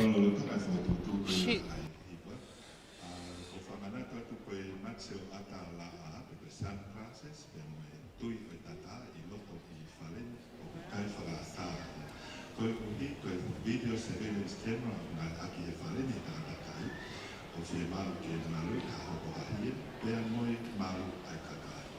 Ka takapa pe o kuke tāla a koe hai unga tuturu ni koia koe uhi ngāre. Koe tarangata ki ai te whakahoko lewa ki he mawhai au rao ki hao whamamahe koe ki ai koe tahai ngā house rules o ngā aki e he Tonga High School Indoor Stadium maru.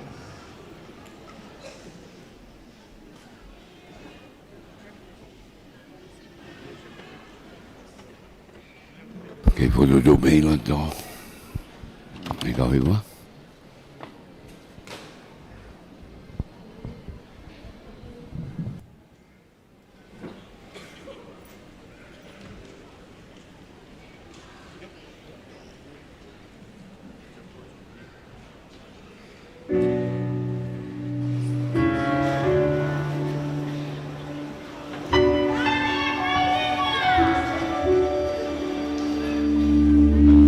I'm not a stranger to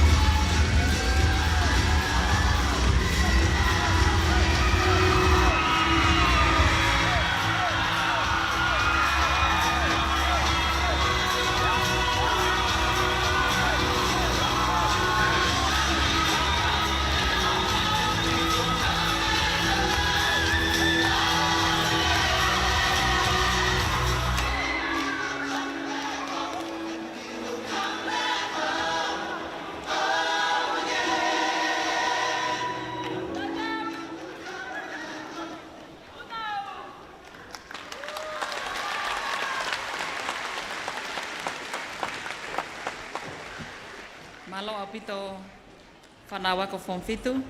Guest of honor, distinguished guests, ladies and gentlemen, we now continue on with our program with a speech from Mafita Ulwafi.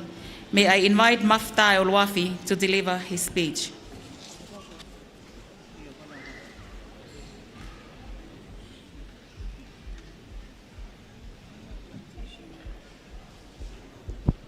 Okay, Madam Tangata, Mafita Ulwafi.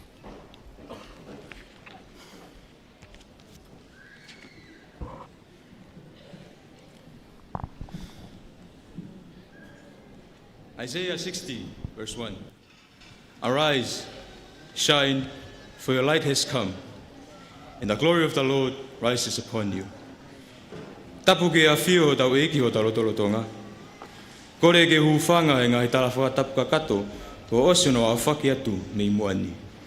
Ka tā mua ma aku, ke whakahoko aki rea nou, whikaho aki moianga e mauwhanonga i he api ko wha imata. Tolo pe mua kai omi hakungo fua, ke whaakato urea o ngā aki e rea whakapiritania. I'd like to acknowledge the presence of God in our midst today. Praise to God, for He is the giver of wisdom and understanding. It was through Him that made us victorious today. As we stand on the edge of a new chapter, my heart is full of gratitude, full of memories, and full of hope.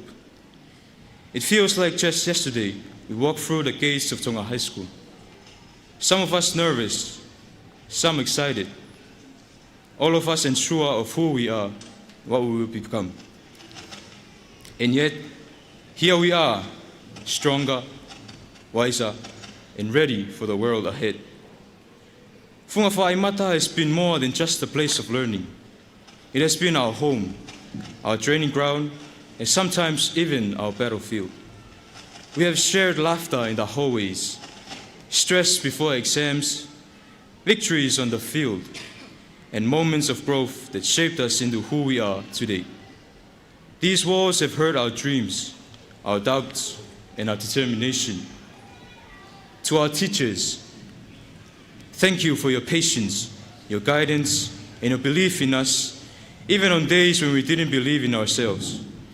You pushed us not only to achieve academically, but to become better people. Your lessons, both in and out of the classroom, will stay with us for life. To our parents, your support has been our foundation. Every early morning, every encouragement, every sacrifice, you carried us when we were tired and celebrated us when we succeeded. Today, it is your achievement as much as it is ours. To my fellow graduates, we made it. We have walked this journey side by side, through challenges we never expected and moments we will never forget. As we step forward into the future, whether it be future careers, studies, work, or new adventures, let us take with us the spirit of Tonga High School, the courage to aim high, the strength to endure, and the heart to serve. Let us remember that the world needs more kindness, more resilience, more people who dare to dream, and we are ready to be those people. Although we leave these grounds today, Whaimata will always be part of us. The friendships, the lessons, the experiences, they will guide us wherever we go. So this is not goodbye. It is a promise that we will use what we have learned here to build a future we can be proud of. Congratulations, class of 2019-2025. May we continue to rise, to grow, and to shine, just as Tonga High School has taught us. No whoa Tonga Hai mo maulo tō, ko mauta tau atu, tua whāt.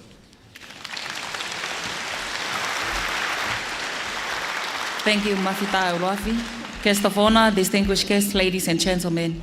We will now proceed to the second part of the awarding of certificates, which includes the presentation of sub-prefix certificates and special awards for sports, which will be announced by the head judah, Mr. Mafi Vakauta. Once again, may I humbly ask your guest of honor to kindly present these awards. Malo apito.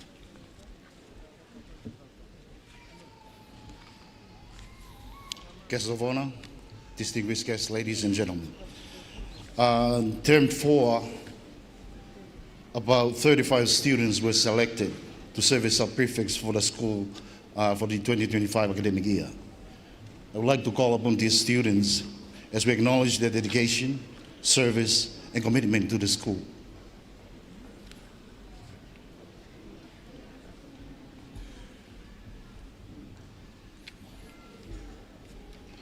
Alexandria Sela Akep Epiphany Pomana Fuamotu Vaini Tongatapu. Le aloha analangi kahealani kapuawai fina upopua kolonga Tongatapu.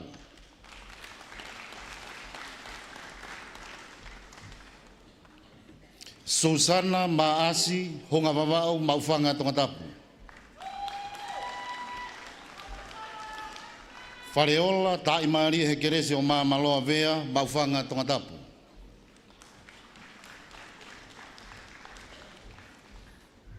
Analili whakafo'ou mo ui mafi koto haapai en haadeiho Tongatapu. Sarah Fangufango of ui haapai kolomotua Tongatapu.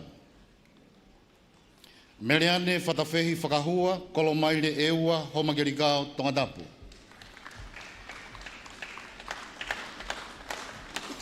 Keilana Valencia Wharepapalangi of Matahau Longolongo Tongatapu. Tauanga he lotu whasi eiki whangaloto Tongatapu.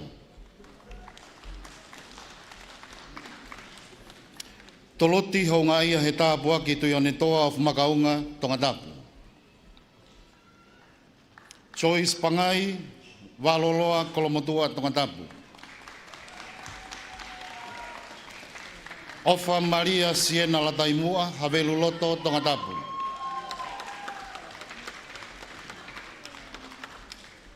Babe Linda Victoria Marie Hika Junior Helu Tuineau of Hakame, Tongatapu.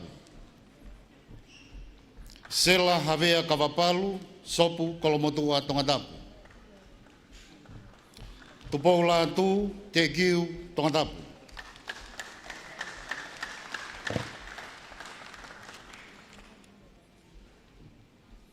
Cecilia Merisisfa Ahio of Homa, Tongatapu.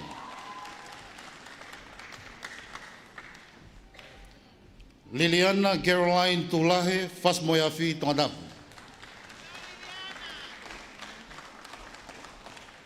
Risia Tupou of Kolonga, Navdoka, Tongatapu.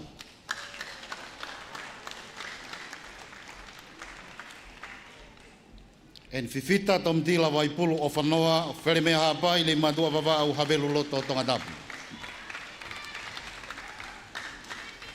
For the boys, John Nicholas Havea of Maufanga, Tongatapu.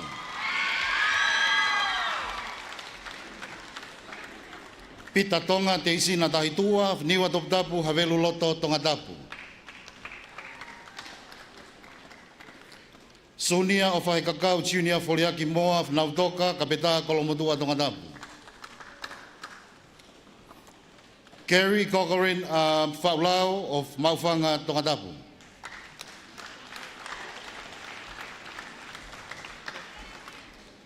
Simeone Sione Mowi Hekelesi Henry Kakalo of Popua Tongatapu.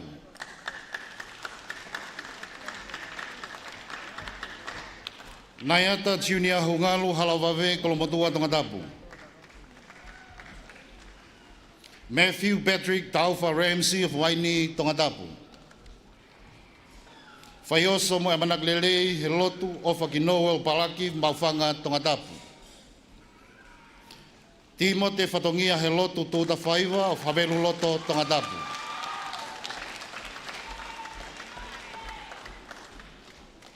Eliakim Mason Fehoko Hadeiho Ngeleia Tongatapu.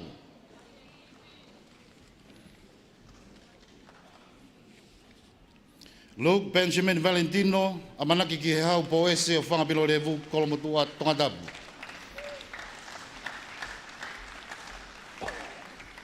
Langi Ofa Kivaha Folau Sovaleni Hasini Hadeiho Ngeleia Tongatapu.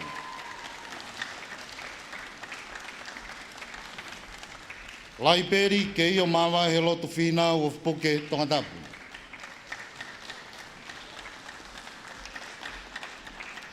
E loa he lotu paukamea popua Tongatapu. And last for the boys, Albin Johansen of Kolonga, Maufanga, Havelu Lotu, Tongatapu.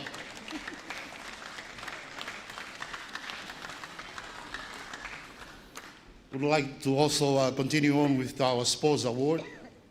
These students have participated in various fields in the rugby, athletics, netball, soccer, and today we'd like to acknowledge their commitment and hard work during the year. So for the best athlete for junior girls, Lani Manu of Homa, Tongatapu. Best athlete for senior girls, Vikate Sina of Halalo, Tongatapu.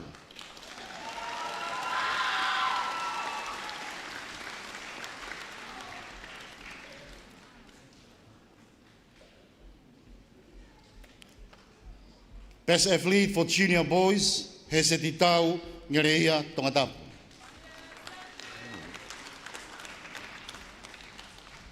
Best athlete for senior boys, Sione Takataka, Homa, Tongatapu.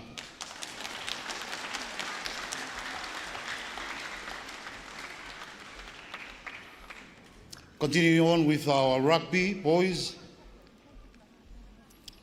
Best athlete, best rugby player for grade 2, Evalatila 2 of Wautu, Tongatapu. For grade 3, Nafetalai Pare of Tokomololo, Tongatapu. Grade 4, Christian Lavemai, Fas Moyafi, Tongatapu.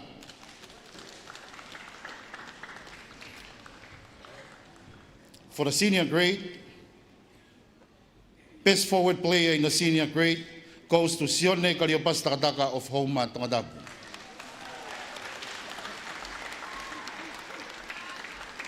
And also the best back player in the senior rugby grade goes to Frimone Tutoe, Halavave, Kolomatua, Tongatapu.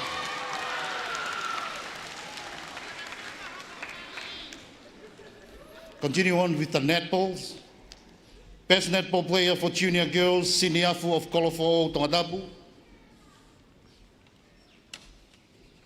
And for senior girls is Rosalind Fifita of Nuku'alofa, Tongatapu. For the soccer teams, best soccer player for junior girls, Kasirita Nginingini of Longolongo, Tongatapu. Junior boys soccer players, Vaingamafi of Tofoa, Tongatapu. Best soccer player for senior girls, Magares Malafu, Pahu, Tongatapu. And for the senior boys, Heitonga Buloka of Waini, Tongatapu. Today we would like to also acknowledge some of the boys who have participated in our national teams who toured New Zealand during the year. Philip Ahio of Homa, Tongatapu.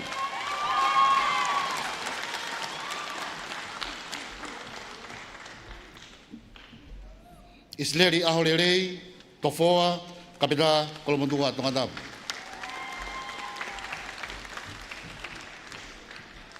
And Talanoa Tuitavuki of Masila Mea, Tongatapu. Thank you.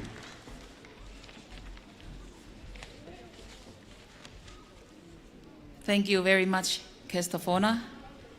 At this time, Form 7 students will now present their farewell Tau Olunga, a special dance to express their gratitude and bid farewell to Tonga High School.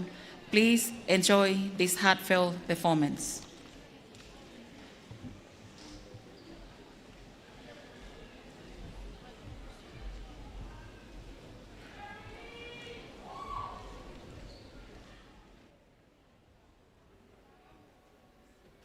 Hiwa ta tau e ni ai whompidu. Pana koe whenei ia. Koe ngaru tuku e me whunga whae mata.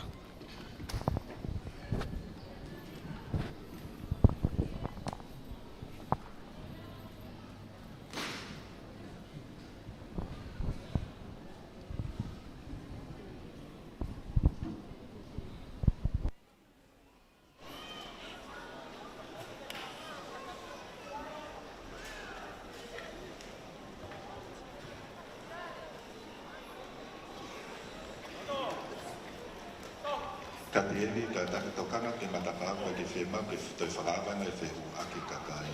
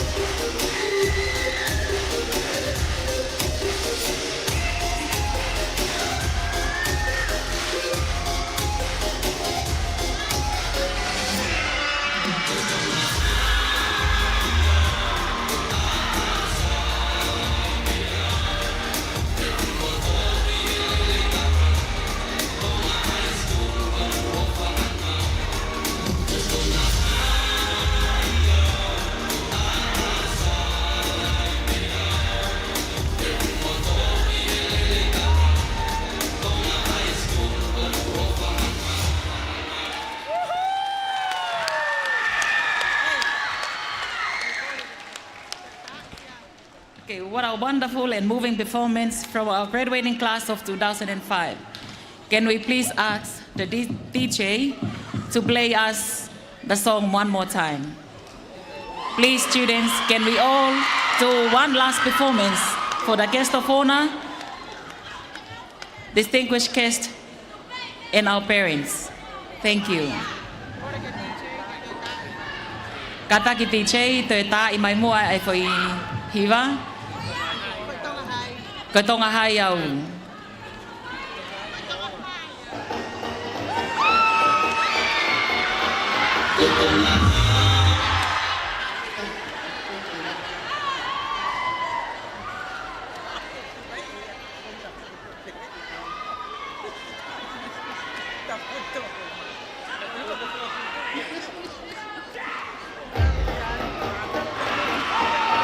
Mana tui whanau kei tauhi pe molu malu koe tau whiewhia.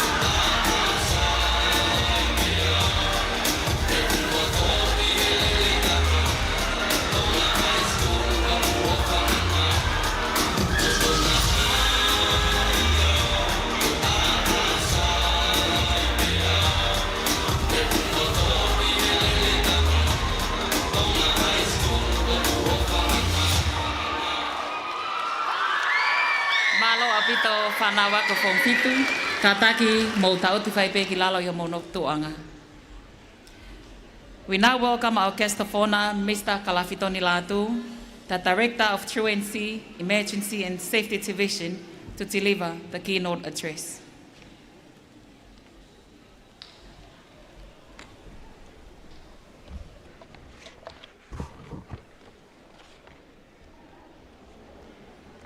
Tapu ki he awhia ta Hawaii. Tapu ki he kere tupu au e ako. Tapu ki a lot maaf, leiti maaf. Tapu atu ki a hoa kau meiriku. Mai hoa ike whanua. Mafta ruafi. Tu mua ke whakamalmalua te tala whakatapu ko a whakiat ho pangai eiki. Ata moku ke whahalea hawhangai maha whanau e aho. Ko tonga hai au.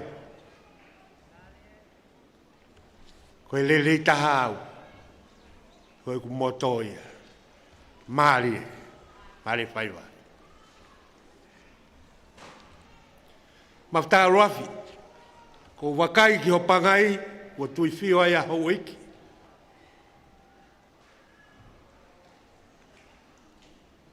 Me kau mati ke tika e whanua. Ako hai au.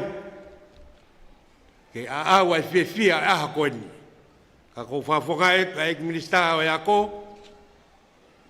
Ko kita uhila mai lang fas. Pure ngawe. Malo e ngawe. Paftai kia Sihova. He tolonga atai o. Ene alofa. Koe aho e nai lau ke ai e poto ko Solomoni. Te ke whawhia ai ho whae. Koe tonga high school. Ia mo whae. He aho koe ni. Koe aho ia, koe wale ia tama. Koe aho ni o kai ke tau whakatahataha mai pe. Koe whakailonga ia lava e ngāwe. Whakako e tau koe ni. Kau tau whakatahataha mai. Ke tau whakailonga i. Ko tuuta e waka e tong high school. Hiri ene tau e whitu nai. Ke ni. Tau e ono ke ni. Tau e taha ke ni.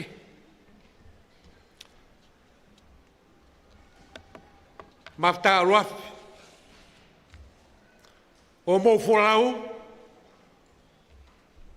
Nai kamata kia stepu. Nai vei ua hau mohu mai. Ke matapā. Pete ke osiki. Hei kai. Ka koe ahoni. Tau whakamooni. Ai whia ko tau ikona. Ke kalasi. O wafi maani maa. Maalo ai ngawe lele. Na ke aalo he a wha. Na ke wholau he konga tai. Na kai ke mahe ni koe ai. Ahoni, o ke tū utai. Taki motou si ngai tamai, si ngai whae. O mou o lolo he ahoni. Ko ki motou luia, na mou hango tufungai, ai whanki i waka. Unau tū utai aho koe ni. Na ke tongi, ai ngai teftoi ulunganga. Mahu inga ki hoki tama. Na ke puni, rorotonga e tau, ai la, nai haya he matangi.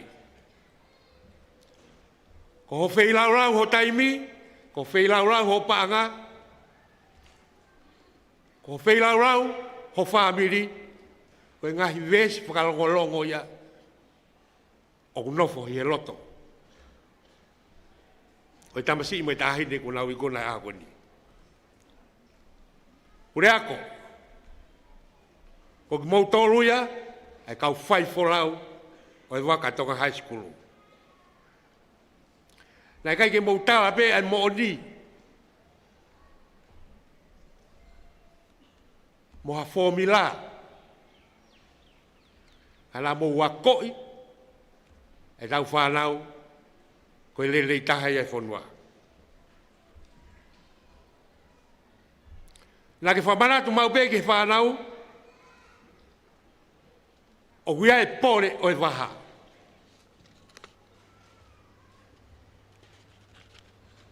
Na ke whamana tu mau pe ke whanau kau whaiako, o pau ke nau aalo. Ke kau tutuko koto poe o e apiakoni. Ko mo tolu ia a kau fai folau. Na mo wako ke lau a fitu. Na mo wako. ke mo ilo e feriu liwa ke matangi na ke ako ke falala ke kapasa mo tukufua mo magatunga na e atu e ho matua mahalo ko e tola ya te mo tolu e aoni ke ve ua ko ha ho tau mua ka ko ha mea te fa hoko ai hiri e ni ko tui o sai peia ka ko os faka nau ki mo tolu e pure ako e kau fai ako e kau tai fa nau pe ko tui te mo lava pe mo tolu o flau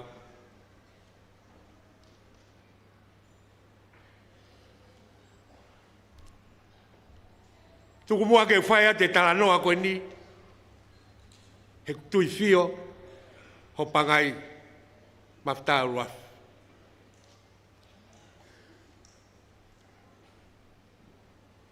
Nā mau huo ngā aue, he puto ngā koe tau e ni kaunima. Na koe lea e ni, na e whai, he taha, o e ki motua whai ako, na iloa ia I tongani ko makuska. Ko lātumu I la tonga.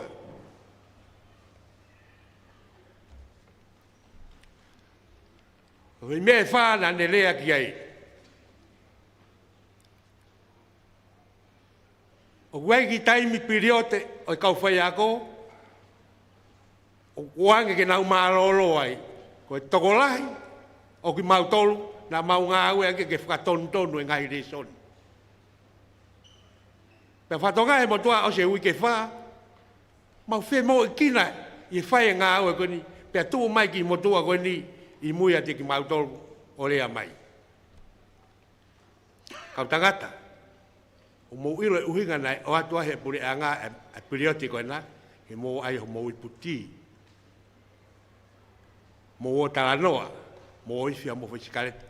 Mou ilo, ko mou mawahe pehe me tangutuanga koe nā, e hau e kakaia, o whae ngā ue kia nā, o te releani, ia te mou tōru. Mafta ruaf, ko mou tōru ai lelei taha e whonua. Wao tangata mai, ko teu I ke ngā ue e whonua. Ka ke manatu I pehe. E iai e kakai a mui te nao mai o whae ngā oe koe nā o to e lelei angi tauto.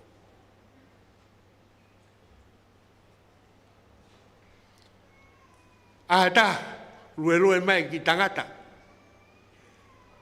Kata I whine mātua, ai awa hono ki ta wala. Pea toi ki tangata, ai ki motua ia koe ni ko ulawi ki ai. Lai pega I mea lelei ia, he mousio kai ka mousio be ke mahai ho kita awala. O kulongoa ai whonua he aoni. O kai ke tau sio ke he mea lelei o I whonuan. Tau sio ke he ngai mea kovi. Ia ku wala ua e whonua. Mafta aruafi. Teu I ki mautolu, he mohango whakamaa opo e whonua. Ke ua e wala ua e whonua. O te whalala ki hole lei taha, ka ke whalala ki lelei whakalufua mo lelei taha o tau whonuan. O whawhakaia te whamalola, me I minister o e ako, pure ngā ue, ai tala monu, pe mo whamalola hea ka te koe pure ako, CIPDA, se ai koristutuku I ho mou tokoni ke whakalere e tau ako. Pai koe ahoni, o tau whakamohoni, koe tonga hai koe. Ko koe ai lelei taha, ia ko ho moto ai lelei taha, lewa malangkai tau.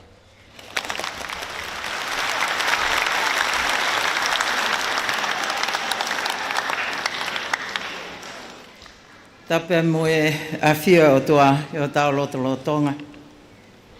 Lord maafu hua kawa me liku. Ia moe ho ike whanua. Tapki e whakalangi o e aho. Te vita Roger Page kalafton la tu. Whaiwhekau. Viriami whalamahina. Maftai uluafi. Pea Tongatapu le. Pea koukole. Ke whamalmalo atu mua. I he tala o whaki kakato. Nai whakahoko e he toko tahatau kei, whakatau kei o e aho. Kai a tā mo oku, ai whainga maalie ko e ni. Ke whakahoko, hale e whakamalo. Ko e aho ni ia, ko e aho pe ia, o e whawhetai. Ko tau wausia mai, ai aho maho ingani. O tau whoaki ai certificate, ai whanau ako form 7, ko nau lava I lelei, ai tau malo ko ni. E o tau whawhetai ai.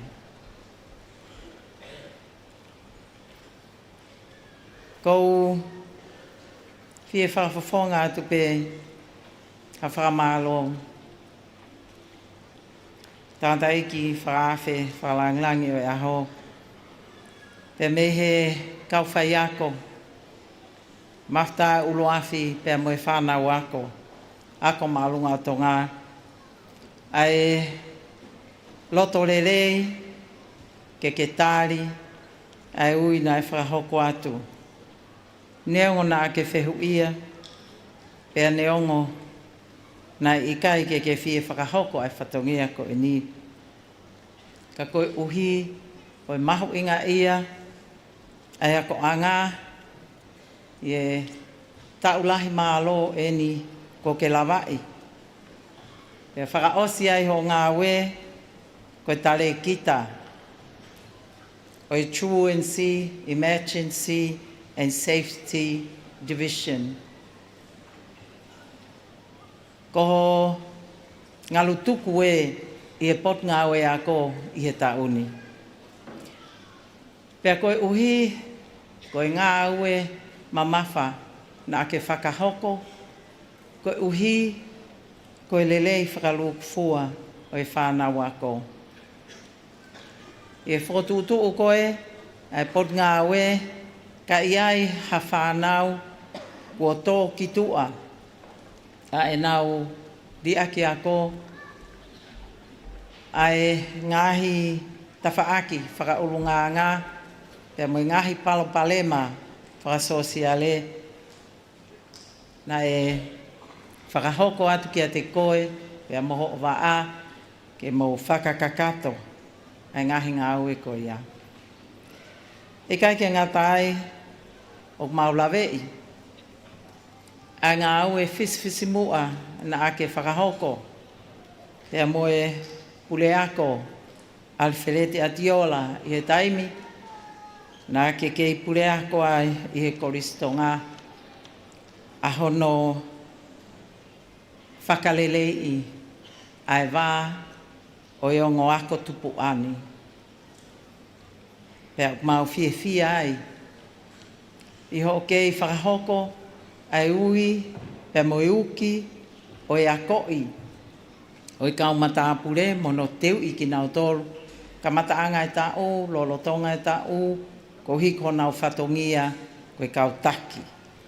E kai ke ngatai, e whalait kotoa pe, o whakahoko, ho waa, ai tokanga I kina, ai malu, hao, pe moe lelei. O I whanau ako, ke nau tau ataina, pea ke nau whewhanonga aki. Iha Nuku'alofa o ku nonga, pea ikai ke nau wilifia, he nau whewhanonga aki. Maulawe I whoki ai ngahi ako anga, nā ke o si hoko ai ko pule ako. Pea whakahoko hono ngahi whatongia, hange koe kolistonga, Pavau High School, Hapai High School, Niwa Tongatapu, Niwa Fo'ou, Kataki, District High School. Pea koe tauni ko ke tatau mai ke pot ngau e ako. Tau mau mahu inga ia o mau whakamalo lahi ato au pito i he ngā aue na e whahoko. Pea moe amanaki ke huat ki tua. Pea me he waka o e ako he tauni. O mau tala monu atu. I he ngahi whatongia kotoa te ke hoko at ki ai.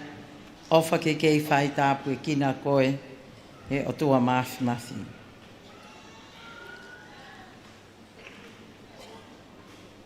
Ke kau distinguished guest kotoa pe i e pompongini. I kai halea e mo ua ke whai aki atu ai whakamāloni. Kau ho mo mea mai i he whakalotolahi ke whānau ako. Form fitu ai ako malunga Tonga. Lord Maafu, in your house, Wakava Meliku, and many of you distinguished guests, we simply say thank you. Your attendance today says a lot about your support towards your children and education system in Tonga. Thank you. And we wish you well in the rest of the year.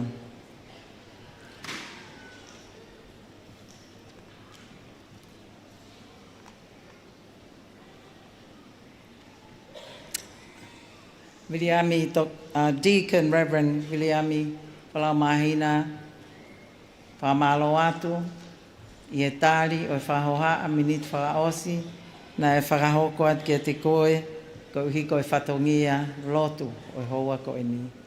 Mau whiawhia, ko e tahpe koe whanau tama, ai ako anga, pea o ko ke lawa mai e a ko e ni ke whakakato, ai whatongia, ma e whanau ako. Mafta uluafi a soani whinau, a Suria Ilangana, a nau ke sina, kai umaa ai toenga o e form fitu. Toko te au walungo fulma fitu, o e ako malunga e Tonga ke he wafe wanima. Ko e ahoni, ko tau whakailonga i ai, ai ngā ue mā onga na mō whakahoko i tau ko e ni.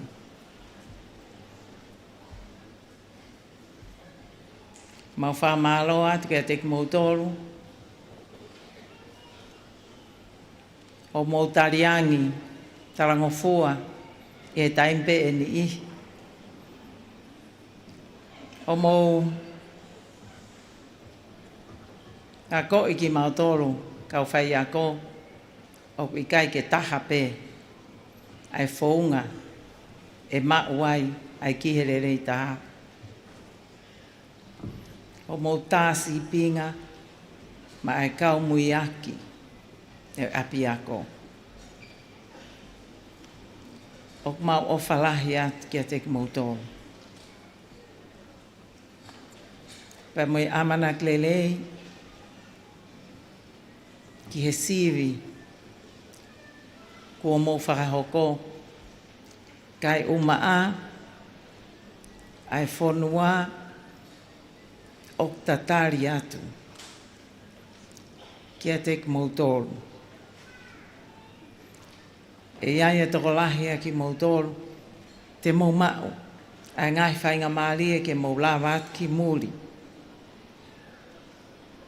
O oko mai, ko uhi ko kaha o, moho o whamiri, ko siasi, kai uma ai whonua.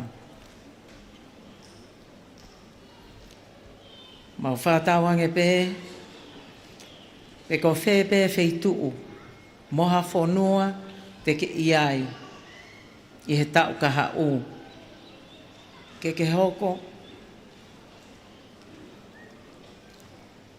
ko ki tamasi, mo ki ta ahine, ampastoa lelei, ma ai ki hele le taha.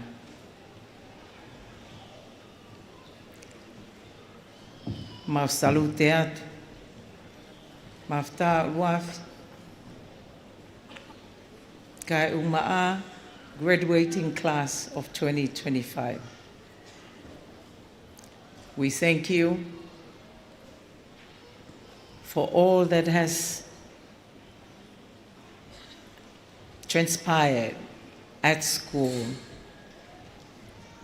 Hopefully, the legacies that you have left behind will be picked up and improved upon by those following your footsteps. We wish you all the best in your future endeavors. Ke Palestini, pe moe council members, o kolisu tuku, whamalo lahi atu, I hono toka ngai kina, o ngahi ngā ue, whakaloki ako, kai umaa, a ngai tapa kotoa pe, o wanoa wanima, I he whanau ako fom tolu pe, o a ke fōwhitu. I kai ke ngatai, ke mala sipoti, ke komit sii, ai council, pe mo nau tolu kotoa pe, na nau tokoni ai ako whamalo atu. Pe he foki, ke ngai project mahuinga, o Tonga, whai hono ngā wei, ko hi, ko e whakalakalaka, pe mo lelei whakaluk fua, o api ako ke tau kahau, mo hoko atu. Pe foke ku whamalo, ki he Palestini o PTA, kau me mipa, pe mo e mātua, tau hi whanau no kotoa, I he aho ko e ni ku mou lava mai, ko e ilonga o mo ui ake o mo whanau, ai teu whakaofa o e whanau o tau mātā I pompong ko e ni. Whamalo atu I ngai tariangi, whamalo atu I ngai lototo. Neongo pena e whewhe, ai ngai tutu uni na e tuku atu, o ko whamalo loto honga ia mo oni, pea mo I kau whai ako hono kotoa I he tariangi, pea mo I tuu ke poupou ki he ako o e tau whanau I he tau koe ni. Whao sipe, ko whie whamalo, ke kau whai ako kotoa o e Form 7, I he teu whakaofa ko tau mātā I he poupou koe ni, ai ngahi items. Neongo koe whanau e unau tare niti ia pe, kana e hoko pe ho o moutu utakai holo ai ke tokoni. Pea koe pongpongini, tau uho vale, I he tau sio, ki he ola o e ako aho ua koe ni, ai nau ngahi items. E nai toki ako I pe ai ngahi items koe ni, I he osi, ai CV National. Pea ki he toenga e kau ngā we whamalo atu, koe uhi, koe tau lawai, ai tau kakato ko eni, e taha, wafe wani ma, pea mo e Form 7 ko eni, pea kou tui pe, hio mo ngā welelei, o mo look forward, ke ui mai ai whehiktaki apo, o mo fie ai. Ke tau totaha kotoa pe, po mo lava mai I he ahoni, pa malo atu. Pehe ke kau ngā aue o e whaleni, pehe ke te knau tolu, pe me he Ace Reset, pe mo knau tolu o knau sponsor, ai whakahoko atu o e polokalama I he ahoni. O ku mautatau atu, pe mo e Form 7, I e uawhe wanima, pe mo e whakaamu, ke Keynote I ai pe, ai kelesi, ai otua I o tau loto ngā, pea ke tau mau ha Christmas fia, pea moha tau fo o whonu monu ia o whātu.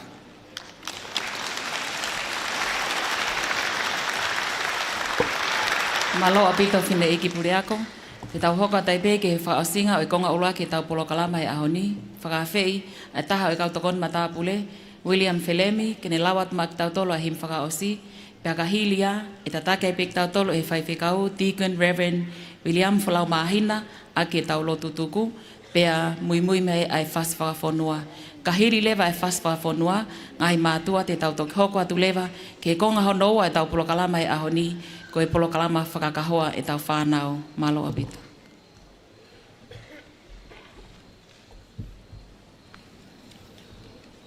Our last hymn for today is hymn 26, Standing on the Promises.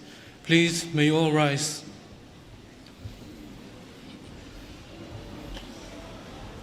Standing on the promises of Christ my King, through eternal ages let his praises ring. Glory in the highest I will shout and sing, standing on the promises of God. Standing, standing, standing on the promises of God my Savior. Standing, standing, I'm standing on the promises of God.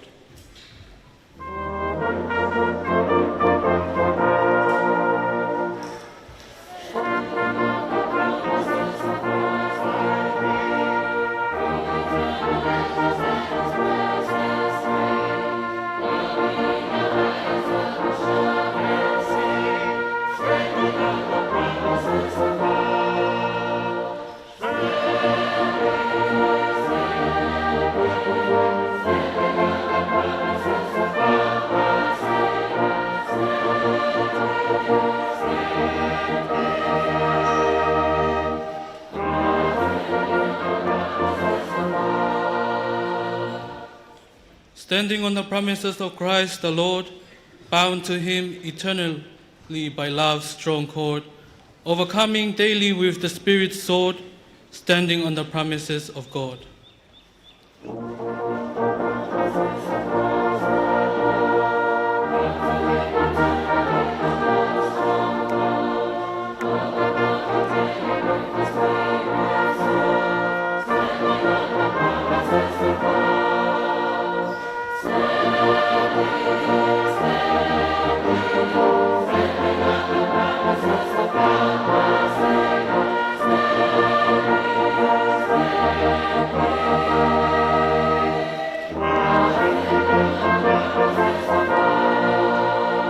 Last verse, standing on the promises, I cannot fall, listening every moment to the Spirit's call, resting in my Savior as my all in all, standing on the promises of God, standing, standing, standing on the promises of God, my Savior, standing, standing, I'm standing on the promises of God.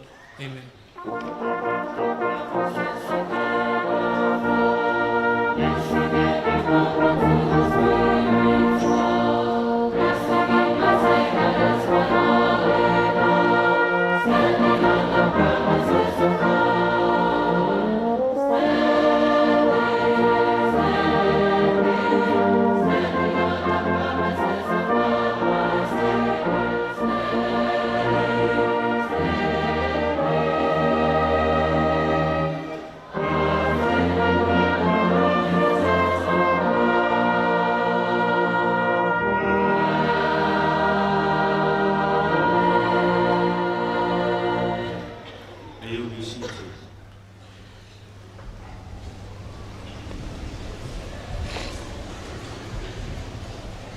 Let us close out the first part of our joyous celebration of today with a word of prayer.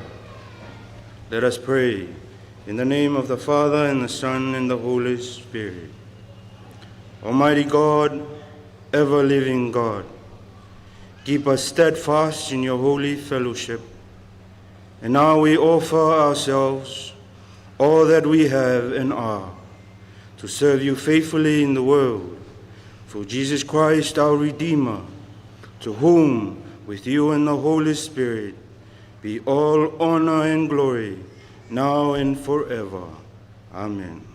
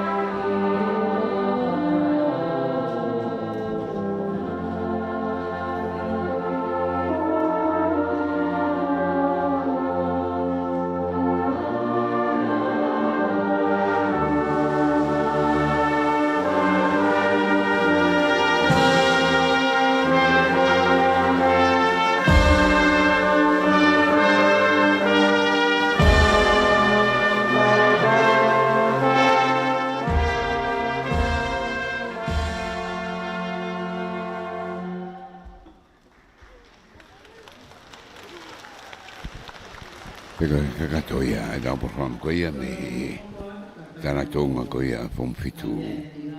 O ia ko malonga ko ia a Tonga, na o wahe po ke ko nga o ko nga o ke no foki ko ia. O nga hi certificate form fitu mga hi lama me ai nga ta ba ke ko nga no wa ko e whakakahoa. E tu ke na wa ko na do ai ta ba ko na whakakahoa. Ka whatang hea o te whaifungia koe e warutu puni mai whema I ta koe na wai live stream I a katoa. Watu keni me warutu puni ni mai whema. Whata hama live stream me Broadcom e broadcasting me beho ki he YouTube. E di klanga toki anke YouTube o whiri mea I peko channel whe I ngai whamawhora koe watu I he ahoni moe aho katoa pe me I Tonga. Me he Broadcom broadcasting koe whalanga pene lau lere atu, kawa ko tenge koe me hene pita ta fua pe hoki kia whiria paia tu paurea me he Tonga High School Indoor Stadium ko sa waka mo mea